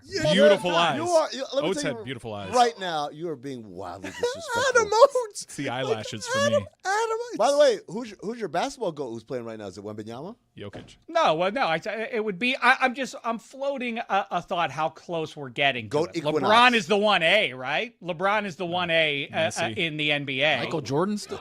I mean, I don't know if you watch. Michael Jordan is number 1. The 1A is LeBron. So we're pretty close in the NBA. We're very close in pro football. If Patrick Mahomes would have beaten the Eagles last 6 months ago, it would be settled hash. He's the best of all time. Look, and Ohtani is the best. No, statistically, Mahomes before 30 is better than any of them. That's not there's no argument on that. But what you're saying of all of them, the most impressive is Ohtani. Like that. We are watching in real time the greatest baseball player there's ever been. For the record, Wayne Gretzky did play during the time of Adam Oates and was not Adam Oates. Adam Oates! That's unbelievable. Dude! That's unbelievable. Gretzky made his hay statistically, the bulk of it, from 1980 to 1985, when it was the breeziest time ever. You didn't have to know how to skate to score 40 goals a year. It was, Ron Duguay. What you're saying is blasphemous and infuriating. What you're saying is blasphemy of the highest order. You can't come on public airwaves, expect to be taken seriously with Wayne Gretzky would have been Adam Oates in the age of Adam Oates when he played with Adam Oates. Wayne Gretzky was not the best player in the NHL by the end of the 80s. Mario Lemieux clearly was a superior talent to Gretzky. He was in a great situation. He was a dominant force. He was a points-making machine in the right spot there. The greatest point guard you could have, surrounded by a gaggle of stars. His power play included Mark Messier, Glenn Anderson, and Paul Coffey. Like I say, I would have scored 30 or 40 goals surrounded by those guys on the power play. Unbelievable what he's doing to the great one. And goalies padded up like they were going to go ride a dirt bike rather than stand between the pipes and take 100-mile-an-hour slappers. I mean, it's not comparable. We're from a swamp. We just started following hockey 3 years ago. We sharpen our skates with sawgrass, but you make no sense to me. Roy's just shaking his head in disgust. He's disgusted at you. Imperfect way to do this, but I think it's you could do a lot worse. Do the cross-generational trade. Trade Wayne Gretzky to now for and Sidney Crosby back to 1982. Who do you think wins out? Who do you Connor think McDavid performs better if you flip the generation? Sidney Crosby would dominate the NHL in a way that is hard for me to really fathom. Roy, this is the player you hate. Roy, you hate this player across eternities. You're going to chase Sidney Crosby through heaven one day, shaking a hockey stick at him because you got him going to heaven. You hate Roy. Listen to what this man is saying, that Sidney Crosby is miles and leaps better than Wayne Gretzky ever was. This is all right. Let's not get crazy about leaps and bounds. But he's better. Yes. Go ahead, Roy. Ham and Egger. This is a clear Pittsburgh bias doubt. coming out of Mr. D. Damashek today. Dave, this is exactly why Cliff Booth is the number 1 draft pick, because he would just nod along as you said this take. I also need everyone to really enunciate when you say ham and egger. It's kind of like, I didn't like that. That's why I'm not saying it. It's a horrible bosses too type situation, like NickKurtDale.com. Yeah, we're good. Yeah. Well, when the Dodgers take the field for the World Series, you'll notice the most important accent mark over a name going. Kike Hernandez. That's right. That's right. Damashek, you're making me uncomfortable. You missed. Amin protected all of us in that moment with great grace by just doing Brian Gumbel and saying, let's move on. But also, Tony doesn't understand something you've done here, because you keep saying ham and egger. We keep responding as if it's the greatest of insults. Dan, and Tony's be careful. Slow down. I need you to, it's like a stop sign. You got to slow all the way down, look to your left. No look to your California right, stops there, buddy. Yeah, you can't just roll Give me a through breath in between and egger. and egger. I hear you, but, you remind me of something with that. It's vexed me for many moons now. Why, if you want to insult somebody's sense of humor, you say they're corny or they're hammy. Hammy? Or cheesy. Yeah. You could say, man, you're any of those. You're cheesy, corny, hammy. These are hack insults. Okay, but These you're, are, you're yeah, but you're- wait. Hold But on, hack hold on, is one thing. Those three. Okay. Those three foodstuffs, each of them, delicious. What's Well, an insult about being so- cheesy? so- I like no, but wait a when minute. my food's cheesy. Damashek, look, Tony, every time you've called him this, Tony has reacted as, I like ham, I like eggs. With my people, this is breakfast. delicious. Yeah. Like, why are you insulting? What does the insult even mean? I see the confusion on Tony's face. Yeah, you're right. I'm guilty of exactly. I'm bitten by my own snake here because that's what I'm attacking. I like corn, but I wouldn't want to be called corny. I think we need to figure out what the actual bad food is and use that as the insult. I mean, what is the universally You hated insulted Gretzky with what you said. Adam Oates? Wayne Gretzky is artichokey. Like, you know what I mean? You Like know that, what? Artichokes are having all They these, get a bad rap Wait, sometimes. love an Okay, artichoke. when we I were don't know what growing he up, means. when we were Difficult to growing up, there was foods that we knew from Looney Tunes and everywhere else. These are the bad foods, right? Mm-hmm. You got Brussels sprouts, Broccoli. You got broccoli, artichokes, and don't then forget cauliflower. and lima beans, right? And then all of a sudden, like I don't know, through genetic engineering or something. Now these are like the hot items. Ooh, let me get the broccolini. Let me get the Brussels sprouts. I'm like, where did you guys grow up? And then I realized someone told me, no, they actually genetically engineered Brussels sprouts to taste better. The human palate changes every Is 7 that years. true? Well, Yes. they've also done remarkable work with cauliflower. You know, at the turn of the millennium, that also, I don't know what happened. They suddenly figured out new tricks with the Brussels sprout and cauliflower got in. They started mashing it and all of that. I also am happy that we happen to live on the big blue marble in a window in which somebody came along and said, hey, dark chocolate's good. Salt and stuff is good. Let's put some sea salt together. on the dark chocolate. That's Yeah. right. But here's the thing: is we talk about corn and Brussels sprouts and everything else, and now every restaurant you sit down, the menu will feature Brussels sprouts, might have some mashed cauliflower, and those are fine with me. But why, in our overly indulgent society, do we keep stuffing, delicious stuffing, reserved for just one day a year? Why don't we have stuffing on all the menus? Let me Stuffing tell you is something. divine. More stuffing. That's my order of the day. As a veteran of many media meals at many NBA arenas around the country, sometimes they run out of stuff and they're like, you know what? We're having turkey night. And they've got the stuffing and everything. Everyone's like, oh my God, it's not even Thanksgiving. I'm like, shut up. I like this. I like just being had- able to eat like it's Thanksgiving in March. I just went to a diner a few days ago, and I saw on the menu the greatest order you can make at a diner: hot turkey sandwich. Now, do yourself this favor. Say, replace the mashed potatoes with fries, but put the gravy on the fries, and I'll check in with you once I get back down from Cloud 9. If you want to be cornered for 40 minutes by Dave Damashek to only hear about Mike Tomczak, he will be at the Flanagans on Thursday. Our event presented by Miller Lite. You can just say Bubby Brister and he will talk to you straight for 90 minutes at the Flanagans in Kendall, presented by Miller Lite. You won't watch a second of the game. You will try to get away thinking that it was just small talk, and he'll say, and another thing, And ham you'll and be egg. trapped. That's at the Kendall Drive in Southwest 127th Avenue, Flanagan's, Thursday, October 30th, $1,500 costume contest. Dave, what are you dressing up as? Jesus. Chris, You okay? Chris, what happened there? What happened? Explain what I happened. lost my breath a little. You were just starting. It's You were contagious? You were trying to do a promo for No, it the was like watch the fourth party. sentence. Okay. 27th So, yes, Mike Ryan has it right. Okay, we're going to have a block party. And Dave Damashek, if you get near him and you say anything about Mike Webster, you will be there until Sunday hearing stories, old Steeler stories. If that's what you want, somebody in your life just breathing hot Steeler breath at you, talking about Bubby Brister. And Jack Ham. Yeah, I don't know which year There, we can look, go to. Roy brought it all the way full circle. Ham and eggs it will be. Hole number 59. Tony, we should have Dan, ham and eggs, by the way, is a balanced breakfast of the Cuban diet, right? You got a little bit of ham, you put it in the eggs, you get a croquetica, you get a pastelito, you get a tostada, you get a café con leche. All of a sudden, all that stuff gets together.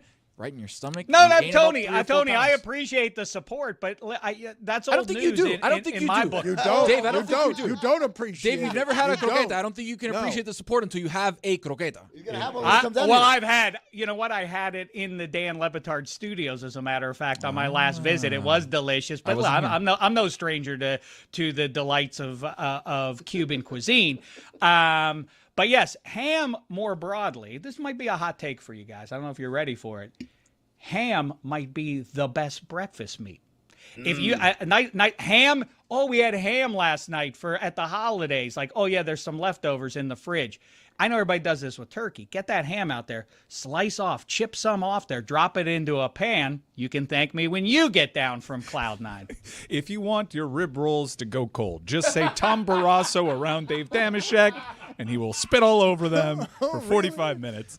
He could do Tom, did you say Tom Barrasso? No, he could do the same thing with the Penguins. No, I thought this was just a Steeler affliction. Oh, silly Dan. Tom Barrasso was shook when the rats were They cascading threw so many over him. rats at him. All I think of him is him hiding in the net because Panther fans were throwing rats at you the last time you were any good at hockey. Great goalie fight in that series, too. Oh, people on the banks of the Three Rivers are still raw about Tom Barrasso letting in not one, but 2 terrible goals. He was hiding in the net from people throwing rats at him. He's a coward for eternity. Hold on. That was very sad. That was a terrible day a terrible window for the NHL because for some reason the NHL decided, hey, all these talent deficient teams, let's try to close the gap a little bit against our high end stars and let them clutch and grab through the neutral zone. You lost to the NBA Panthers with Lemieux and Yager. It was Because believe me, Barrasso was disgusting. hiding in the net. It was very sad. Believe me, I'm not still fully over it. The NHL lost. Our eyeballs lost out with that one. The Florida Panthers went to play in the Stanley Cup Brian final. That was Scrutland ridiculous. took out Lemieux and Yager. Lindros on his Beezer. way. And the famed Adam Oates. We could have had, don't you understand? You could have had the greatest player of the century, Mario Lemieux, and all of his pals out there against the Colorado Avalanche, the new stars of the NHL, Joe Sakic and otherwise. That would have been a showdown for the ages. Instead, we got the Panthers sort of stealing the credibility of the sport and almost literally crush. It's not the Panthers' fault. It's the New Jersey Devils' fault. They just adopted that talent-free style of play, clutching and grabbing, that just about killed the sport. Thank goodness, then, that Sidney Crosby made the scene in the early parts of this century. And that brings us to today, where Roy is still flush with emotions, having seen what 87 looks like up close. Dominant is what he looks like. I've seen him up close before, many times. It's just game 9 in the regular season. Get out of here. I mean, he delivered. I literally joked around, say Tom Barrasso, and he won't stop talking to you, and that's exactly what he did. So Football America goes up in 2 hours? It's the 4th hour of the show today, and it is on Fridays, every Friday and Monday. Thank you, Damashek. Wait, I want to just confirm one thing. Can we talk about the time when the 7th game of the Stanley Cup Finals was held hostage by terrorists and a security guard who, from a broken marriage, with his children in the stadium, had to save the day? You remember that one? Do I remember it? I mean, the thing that really I don't understand. Pittsburgh is right there on the edge. It is the gateway from the rugged Northeast into the more pleasant Midwestern vibes. It sits right there on the edge of all of that, and yet Hollywood targets Pittsburgh and its teams over and over and over again. I mentioned it the last time we talked, and it's going to come up again. Heaven can wait. Who does Warren Beatty beat in that not Super again Bowl with in this. overtime? No, goodbye. The Pittsburgh Steelers. No, fade him Black down. Sunday. Fade him down. Black Sunday is at the Damashek. Super That's Bowl in enough. Miami. Get out is of here. attacked by That's enough. Who's in That's Super enough. Bowl 10? Damashek, What terrorists got that's him? enough. Bring him down. Okay, Damashek, before you leave, The natural. Who does Roy Hobbs hit? Luke Robitaille. I still wanted to ask him to. Then those shards of glass start falling down and getting mobbed. But out in the outfield, those shards of glass are dangerous, and they're falling down on who? Pittsburgh Pirates outfielders. What did Pittsburgh do to you, show business? If he That mentions can be all yours if he at the mentions- Flanagans and Kendall, if he presented by mentions- Miller Lite. Ask him about Heaven Can Wait at the block party. and you will stay there throughout the remainder of the football season with this guy blowing nacho breath in your face talking about a 1976 movie, Heaven Can Wait. Ham breath. Say Jason Bay around him and see if you can get him to be quiet for 30 Say the seconds. delicious ham treat that you had when you were down here. Say the word. Say the breakfast word that you had when you were here. Say it. Croqueta. Better. Football Pretty good. America Dan? in about an hour. Thank you, Damashek. Go Dolphins.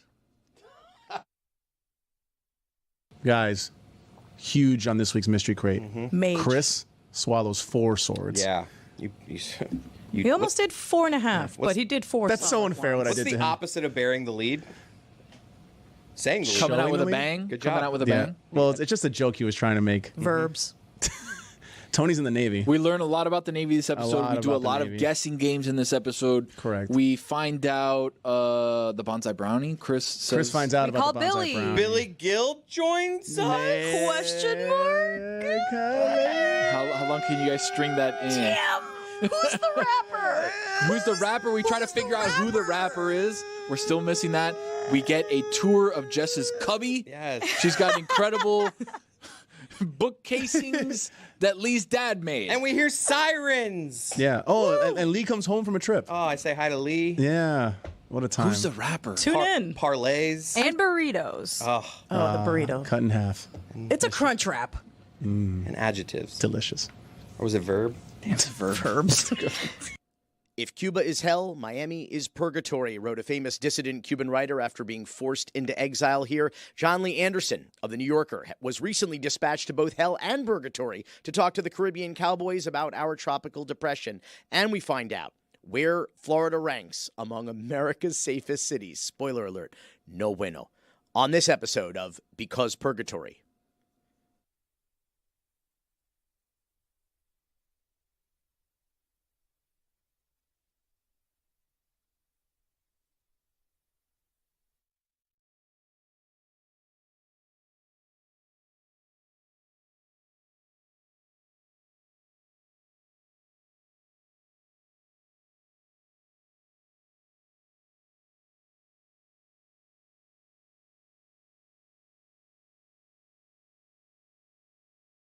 Status to yell at me right now.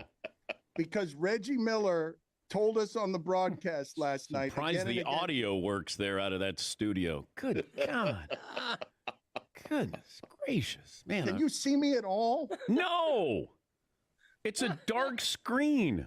Why am I holding these lights to my face, I can't. making me sweat? He's if been you holding the can't phone see to his me at face for all? 15 minutes. Dan, for 12 minutes you have been in the black and in the dark. You can't see me at all? No.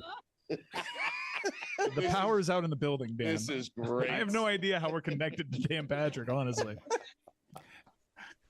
It's hot in here too. All right. Well, Sweating. now I'm here. Now you don't have any signal here coming. Oh my God, I feel bad for you.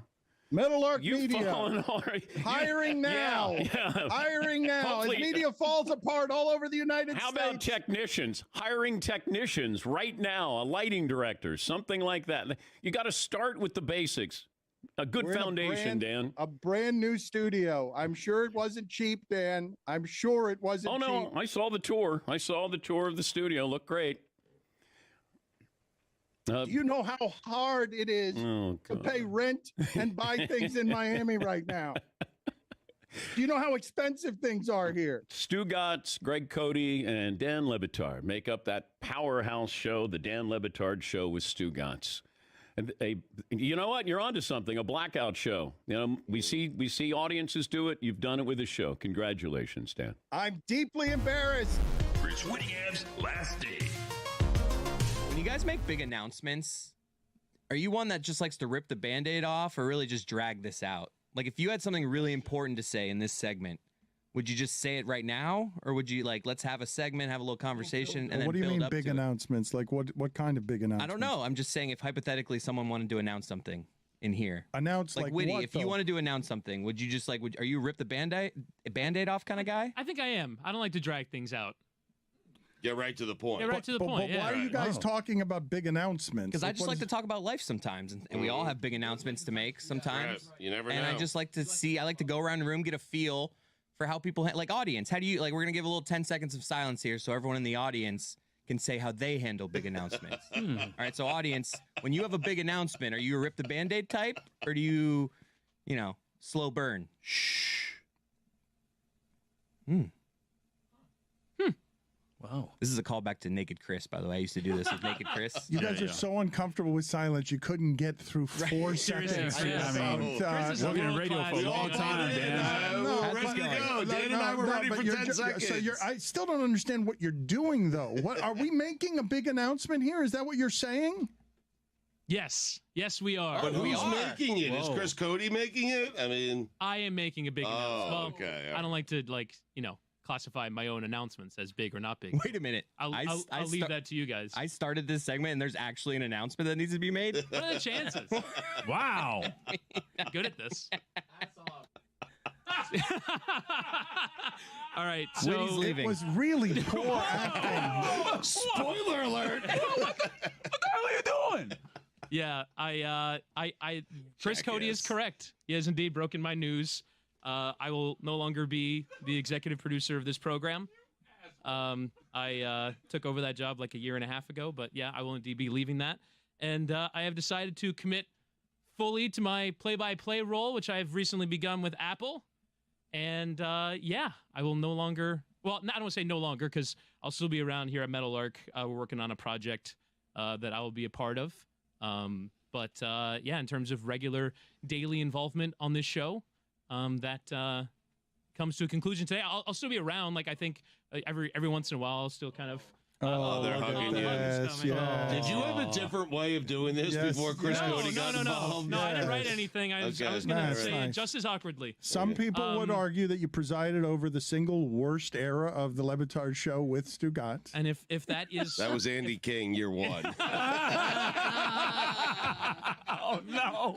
Not Andy's fault. Not Andy's fault. That's a stray. No. My fault and Dan's fault, not Andy's fault. Okay? Or Andy King. All right. So I come in. It's our our fault, not Andy King's. I said it. I come in third then. That's fine. But if that's on my tombstone, at the very least, I got to say, I work with you, tremendous group of people. I love you all. I will miss you all. Well, rank us. Hold on.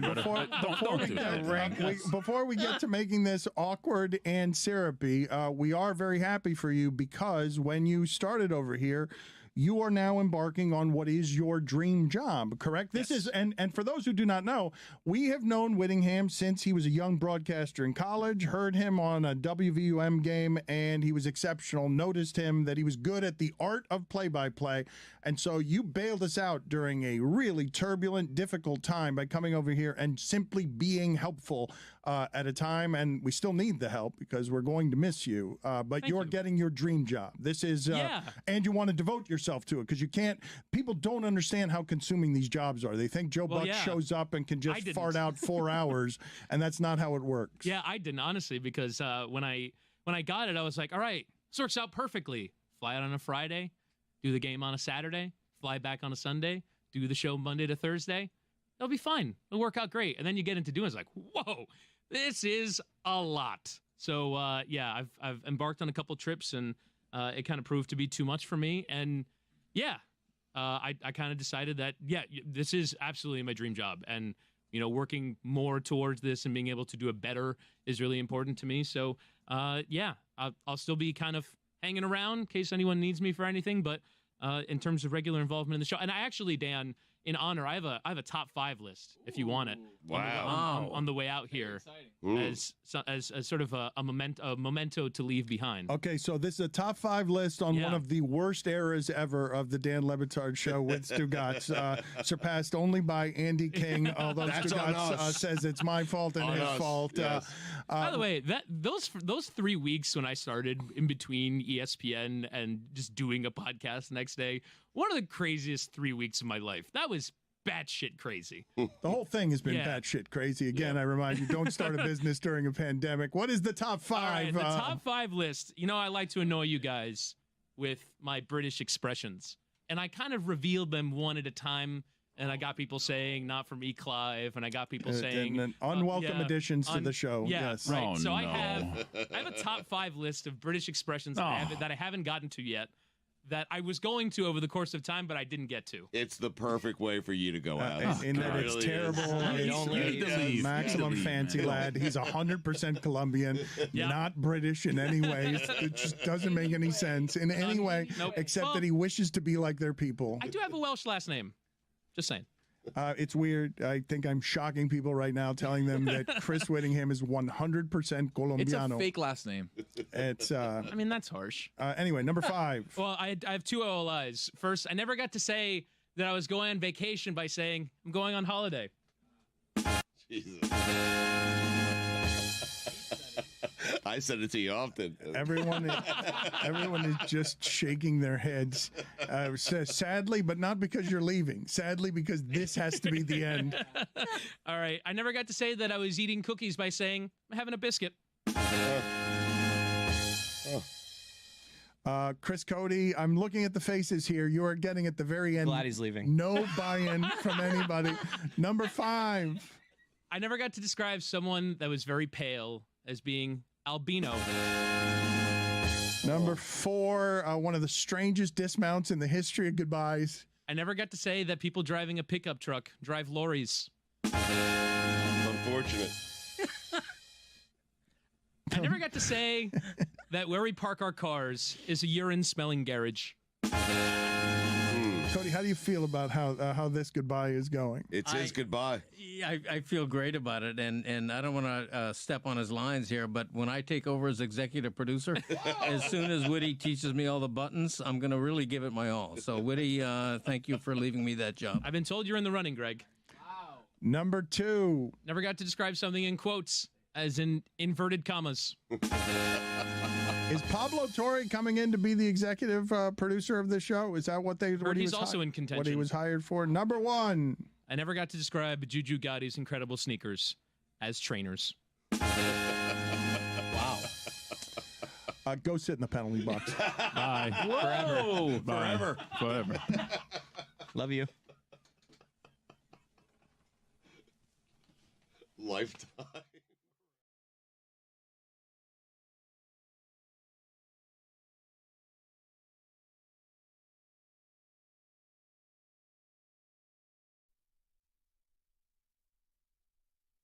This episode of the Dan Le Batard Show was presented by DraftKings. DraftKings, the crown is yours. Sound like that hurt. Hell yeah. Sports are bursting right now. World Series tonight. Basketball last night was nuts. Just totally crazy deep into the night. There's too much sports to get to, not enough time, but we start with the Cyclones because I've been wanting to get to the Cyclones all week, and I keep getting knocked off the Cyclones, and you will not knock me off the Cyclones We had incredible anymore. basketball last night. Dan, me and Amin are doing our own show. Steph Curry is back. AJ Mitchell for the Thunder. Good I wish that right now we had just Tony and Amin going live 20 minutes after Bananas last night. We're not there yet. The World Series is tonight. I know. We just got to Damashek is going to do the 4th hour on a Friday. We'll get there. Please get me. I don't think that's accurate, but that's happening either. But still, check out Football America. Cyclones. Top of the table Cyclones. Gritty team this year. We led by the Undertaker, great draft pick. Led Is by this Manu. AI? No, that's how he plays. And that photo of El Barba grabbing his lower back. El Barba not even on our roster. No, that He's was a when our replacement. injury The other- replacement got hurt and needed an injury replacement. We have not gotten right. This nearly is a enough. Mike forfeited a game the other day at the top of the table, Mike, to protect. That's his beard. Are those dreads? Yeah, he dreaded his beard. You can see the heart, though. Yeah, you could. You could, because it's inflamed. I can see his gut. Seconds later, he got a Theragun to the lower back and was replaced by an active gigolo. Your dad? The Magic City Fronton. And we put the magic in Magic City. But we are top of the table. We are coming off a tough loss. The fixture list has been tough. Mike, you've been with this team through thick and thin. Chris doesn't show up to the games anymore. No, It's he the does. owner. He wasn't there when I was fighting with Mike, Unda in you the were locker in the locker room room. fighting your star player and forfeiting a game. Boss, I need to play. Chris was nowhere to be found. Yeah, he was. That's fair. But that was my job that day as GM. I was allowed to forfeit the final match because we had the game in hand. Then I tried to do the same exact move because Manu's got a groin, and mighty great groin that is. And I wasn't allowed to do it that time, and Hyro had to go in there. Hyro, great draft pick. Look, we're going to have a say when it comes to the Battle Court Fall Championship, and that's all we wanted. Now, I'm not thrilled losing one to the Renegades. That's tough. That means Udonis has a banter advantage over us. I don't like that. Is he showing up? He shows up to the games. He shows up. He's a serious owner. He loves pelota. He doesn't show up every game. Look. No, he left a little early this time because we were that dominant. He's the owner of a team, and he's proud of it. He's a Miami economy. He's a Miami business, and this is one of his teams. Yeah, but we got to talk, and I'm like, I got a very difficult Bueno hasn't played a single match for us. He's out for the season. It's no bueno, Dan. But Robin came in as a taxi squatter. He better get a ring if we win. Yeah. No, Bueno, I mean, he's still there fighting. No, I mean Robin should. Oh, Robin will absolutely if we win. Man, if we win. I will. There's only one championship, and that's the Miami Football Hurricanes. I was embarrassed. That would mean more. I was embarrassed last time I was there. Ray Lewis and Udonis Haslem wiped the floor with our team, with Meadowlark's team, in a championship finale. Well, that's the last time I was there. Yeah. I'm a front runner. Well, Ray Lewis was just there for fun. That wasn't even his team. Wow. He loves pelota that much. He's scouting. Yeah. When's the next game? The next Friday game, I think, is in 2 Fridays. Correct me if I'm wrong. I think it's in 2 Fridays. And we have 2 in November. Yeah, the fronton is electric. You should have Damashek there to wear somebody out talking about 90s Pirates baseball. That guy's hot breath. That was so funny. And Mike was like, just say the name and watch him go. I've got to salute him. He literally pulled a Tom Barrasso photo. That was unreal. And then started going. I thought we planned it. Croqueta, he says it very well. David Sampson does not. Correcta. No. Correcta. Yeah. Correcta. Lived here 25 years. Correcta. President of the Marlins in the middle of Little Havana. Correcta. Was going to be making it a booming Hispanic economy. Correcta. There's just a pharmacy there and a 7-Eleven now. Correcta. The same sad Wendy's. Correcta.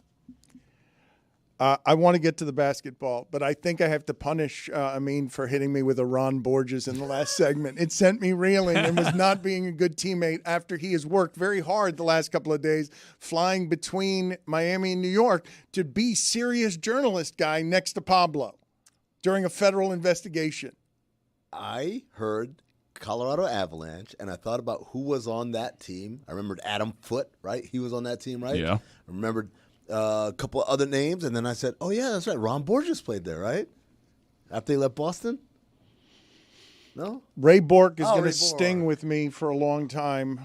I felt that when I called. Sit with you? I called. No, it'll sting. It'll sting with you. Oh, for a while. don't seize on him just because you're insecure. Yeah. You couldn't say 88th Street and 127th out. Before we get to the basketball, though, please because I don't want to just skip past the greatest player there's ever been in soccer. And we talk about a time of greatness. LeBron, Pele? Shohei Ohtani, Messi re-signing in Miami. I don't want to just skip over it, and they handled the optics on it beautifully because they packaged him correctly with a commercial that's moving, with good marketing. Right. You guys haven't seen this, so I'll give play-by-play because this is largely video. So let's go ahead and play it right now. But the club formally announced Lionel Messi's extension. It seems as though Messi will indeed finish his career with Inter Miami, which is just a wild statement. This is arguably the greatest player ever. So it starts with Messi sitting down in an office. Dramatically reading the contract, presumably for the first time. I assume this is when he's going over all the details. This is how he does business. This is how GOATs operate, folks. He puts pen to paper on this table, and he's about to look at the camera, very pleased with himself because he signed his famous signature on it. He looks straight to the camera, and then boom! We reveal that it wasn't an office. It was all a facade. It was just a curtain behind him. A drone shot pulls back the new stadium that he will unveil as an Inter Miami player. He is sitting in the middle of it. That's where he signed the contract at Freedom Park. Wow. Can I ask a question? Are you guys not in the least bit concerned that in a city where every construction project takes decades, it feels like, to complete, this will be a miracle. This stadium is up this fast? Every time I land, it's a little bit more, or it's a lot more completed. And I'm like, I don't like this. Well, that's what the owner does for a living. And if you thought this was fast, you should have seen how fast their stadium up in Fort Lauderdale came together at Lockhart, because that was crazy. Okay, if you're not familiar with what our swampland is and how many developers have gotten away with building quickly here, with varying degrees of safety, do you realize the wonderful grift that the city of Miami, which is just sort of a way station between small Latin American countries and whatever the real America is becoming now. America. That stadium being built that fast in our city has to be one of the greatest miracles I've ever seen in construction in this town, filled with scam and everything else. And Messi built it, and Messi will get to building a stadium near the airport and getting soccer to Miami. He built it here. He built it off of whatever the Apple arrangement was. He's going to get to a stadium built near the airport when we can't build on anything. We've got no more room to put anything anywhere except up.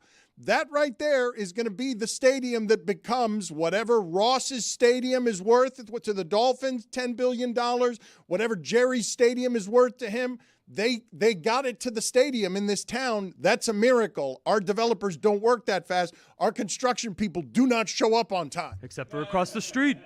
Second question. Is this going to make airport traffic worse? Can't be safer. I've been to SoFi Stadium. And you look directly up, and you're like, oh, my God, that is an entire airplane that I see the silhouette of right over me. It can't be safer. Those kinds of lights around airplanes can't be argued as safer. In a weird way, Mike, I trust LAX more? That's saying a lot. LAX is one of SoFi my is much bigger than this stadium. Raymond James is also near an airport. There's a lot of stadiums that are near airports. Trust me, if you've sat in SoFi Stadium and you hear just a gigantic buzz overhead, you are shocked at how low those planes are over SoFi. Before we get to last night's basketball, because it really was majestic, and Eduardo Perez will be here to talk about the World Series, which also promises to be pretty great internationally. Thank God. Jeremy, I felt for you today that baseball can't make the show with this World Series. The greatest athlete who's ever lived is about to play in a back-to-back World Series. He's going to start on the mound in Game 3 or 4. It's unbelievable, and we don't care. So Wemby's going to be in the World Series? El Barba? He had 3 home runs. More like a pancita. 6 innings. He's Said strikeouts the other 7-7 day. and lying about it. He is amazing. We are watching, because Wemby, everyone is now saying after one game, oh, yes, MVP, watch out, he's going to take over the league. That's not fair. Let me tell you somewhere early my on that. favorite thing. But I did not see this coming. I got hit like a ton of bricks. Going on Twitter after game 1 of Wemby being amazing and seeing all the highlights and everyone like, oh, my God, he's incredible. This is a GOAT in the making, da-da-da.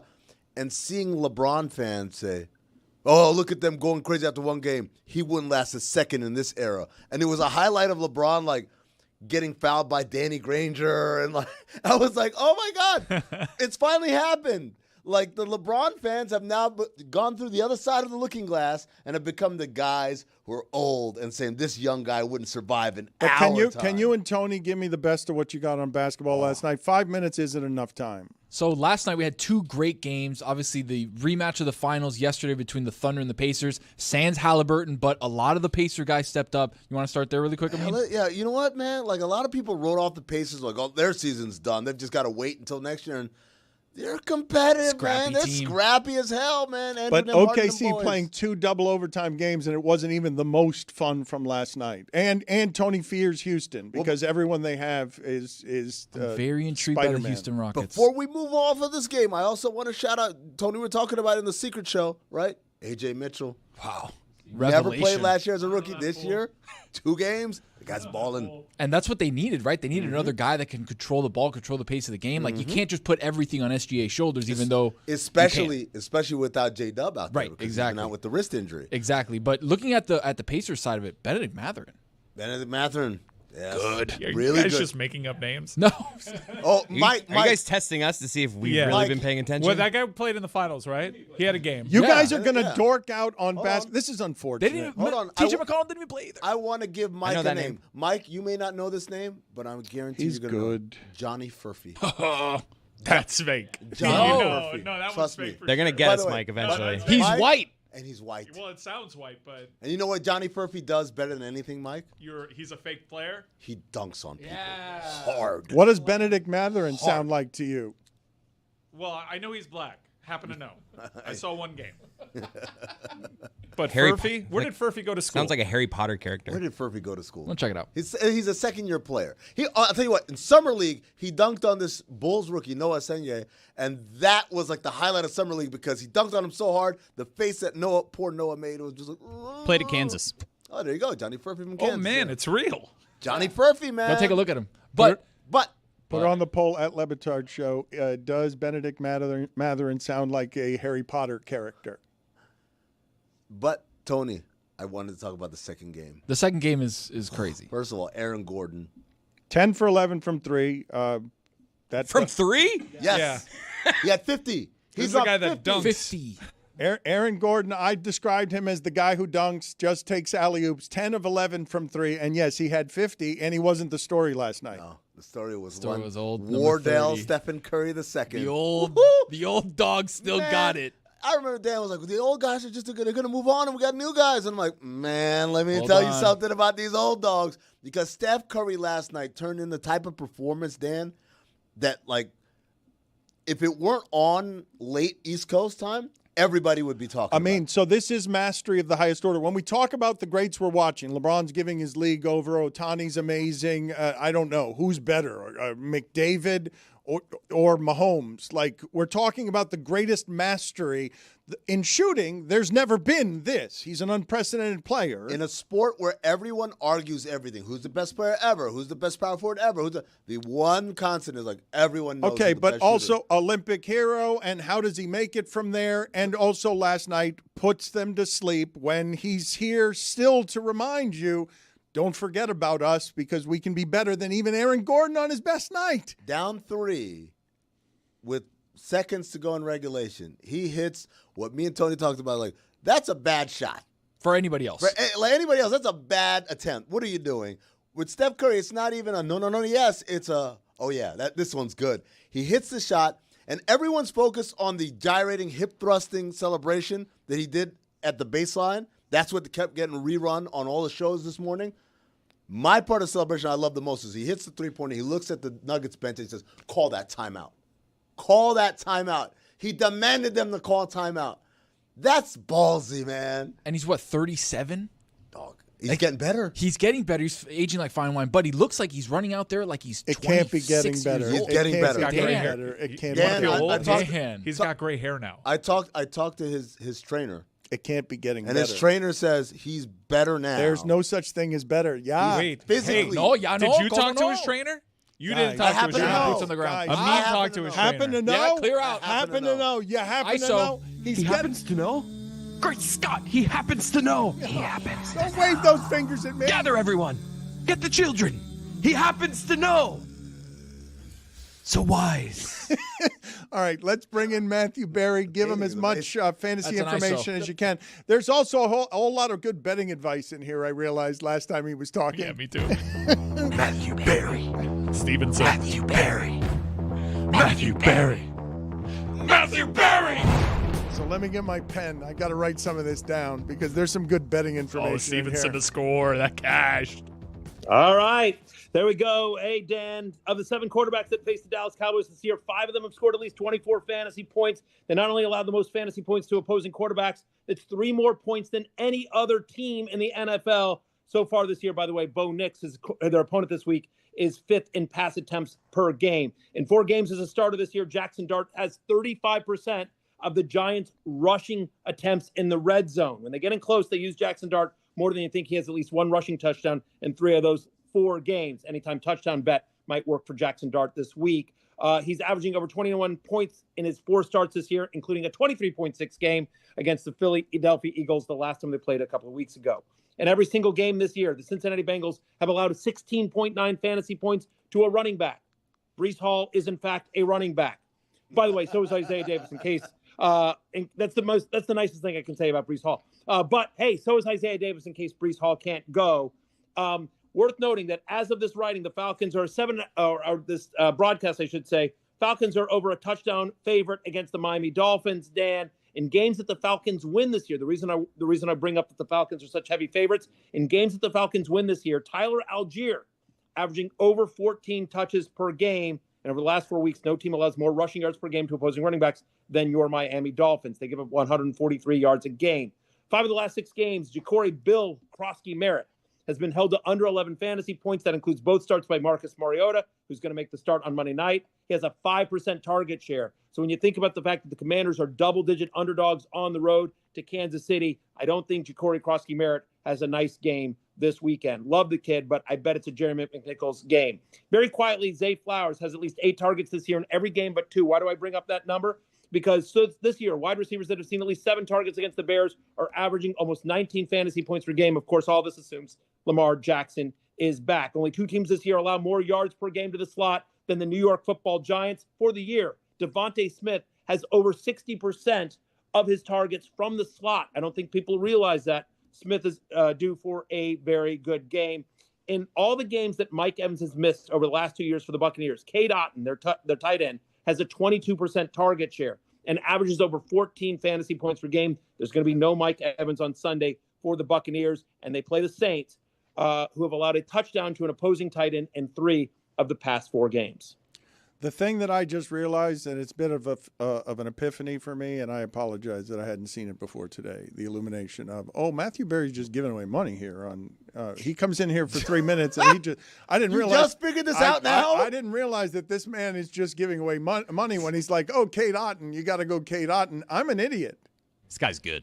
Fantasy Football Happy Hour with Matthew Berry, weekdays live on YouTube at noon Eastern. I just realized why he's popular. It just happened. Just now. Realized. It just happened. No, because in plain sight, this man's been giving away money for 10 years. Yeah, it's not my boyish good looks, Dan. It's definitely not that. Okay, but I didn't know it before now. So I'm sorry. This is why you play fantasy football, Dan. I'm sorry. I'm an idiot. There is a lot of overlap between fantasy football, DFS, sports. No, but I saw you sneak in there an anytime touchdown bet, and I'm like, that's not a fantasy thing.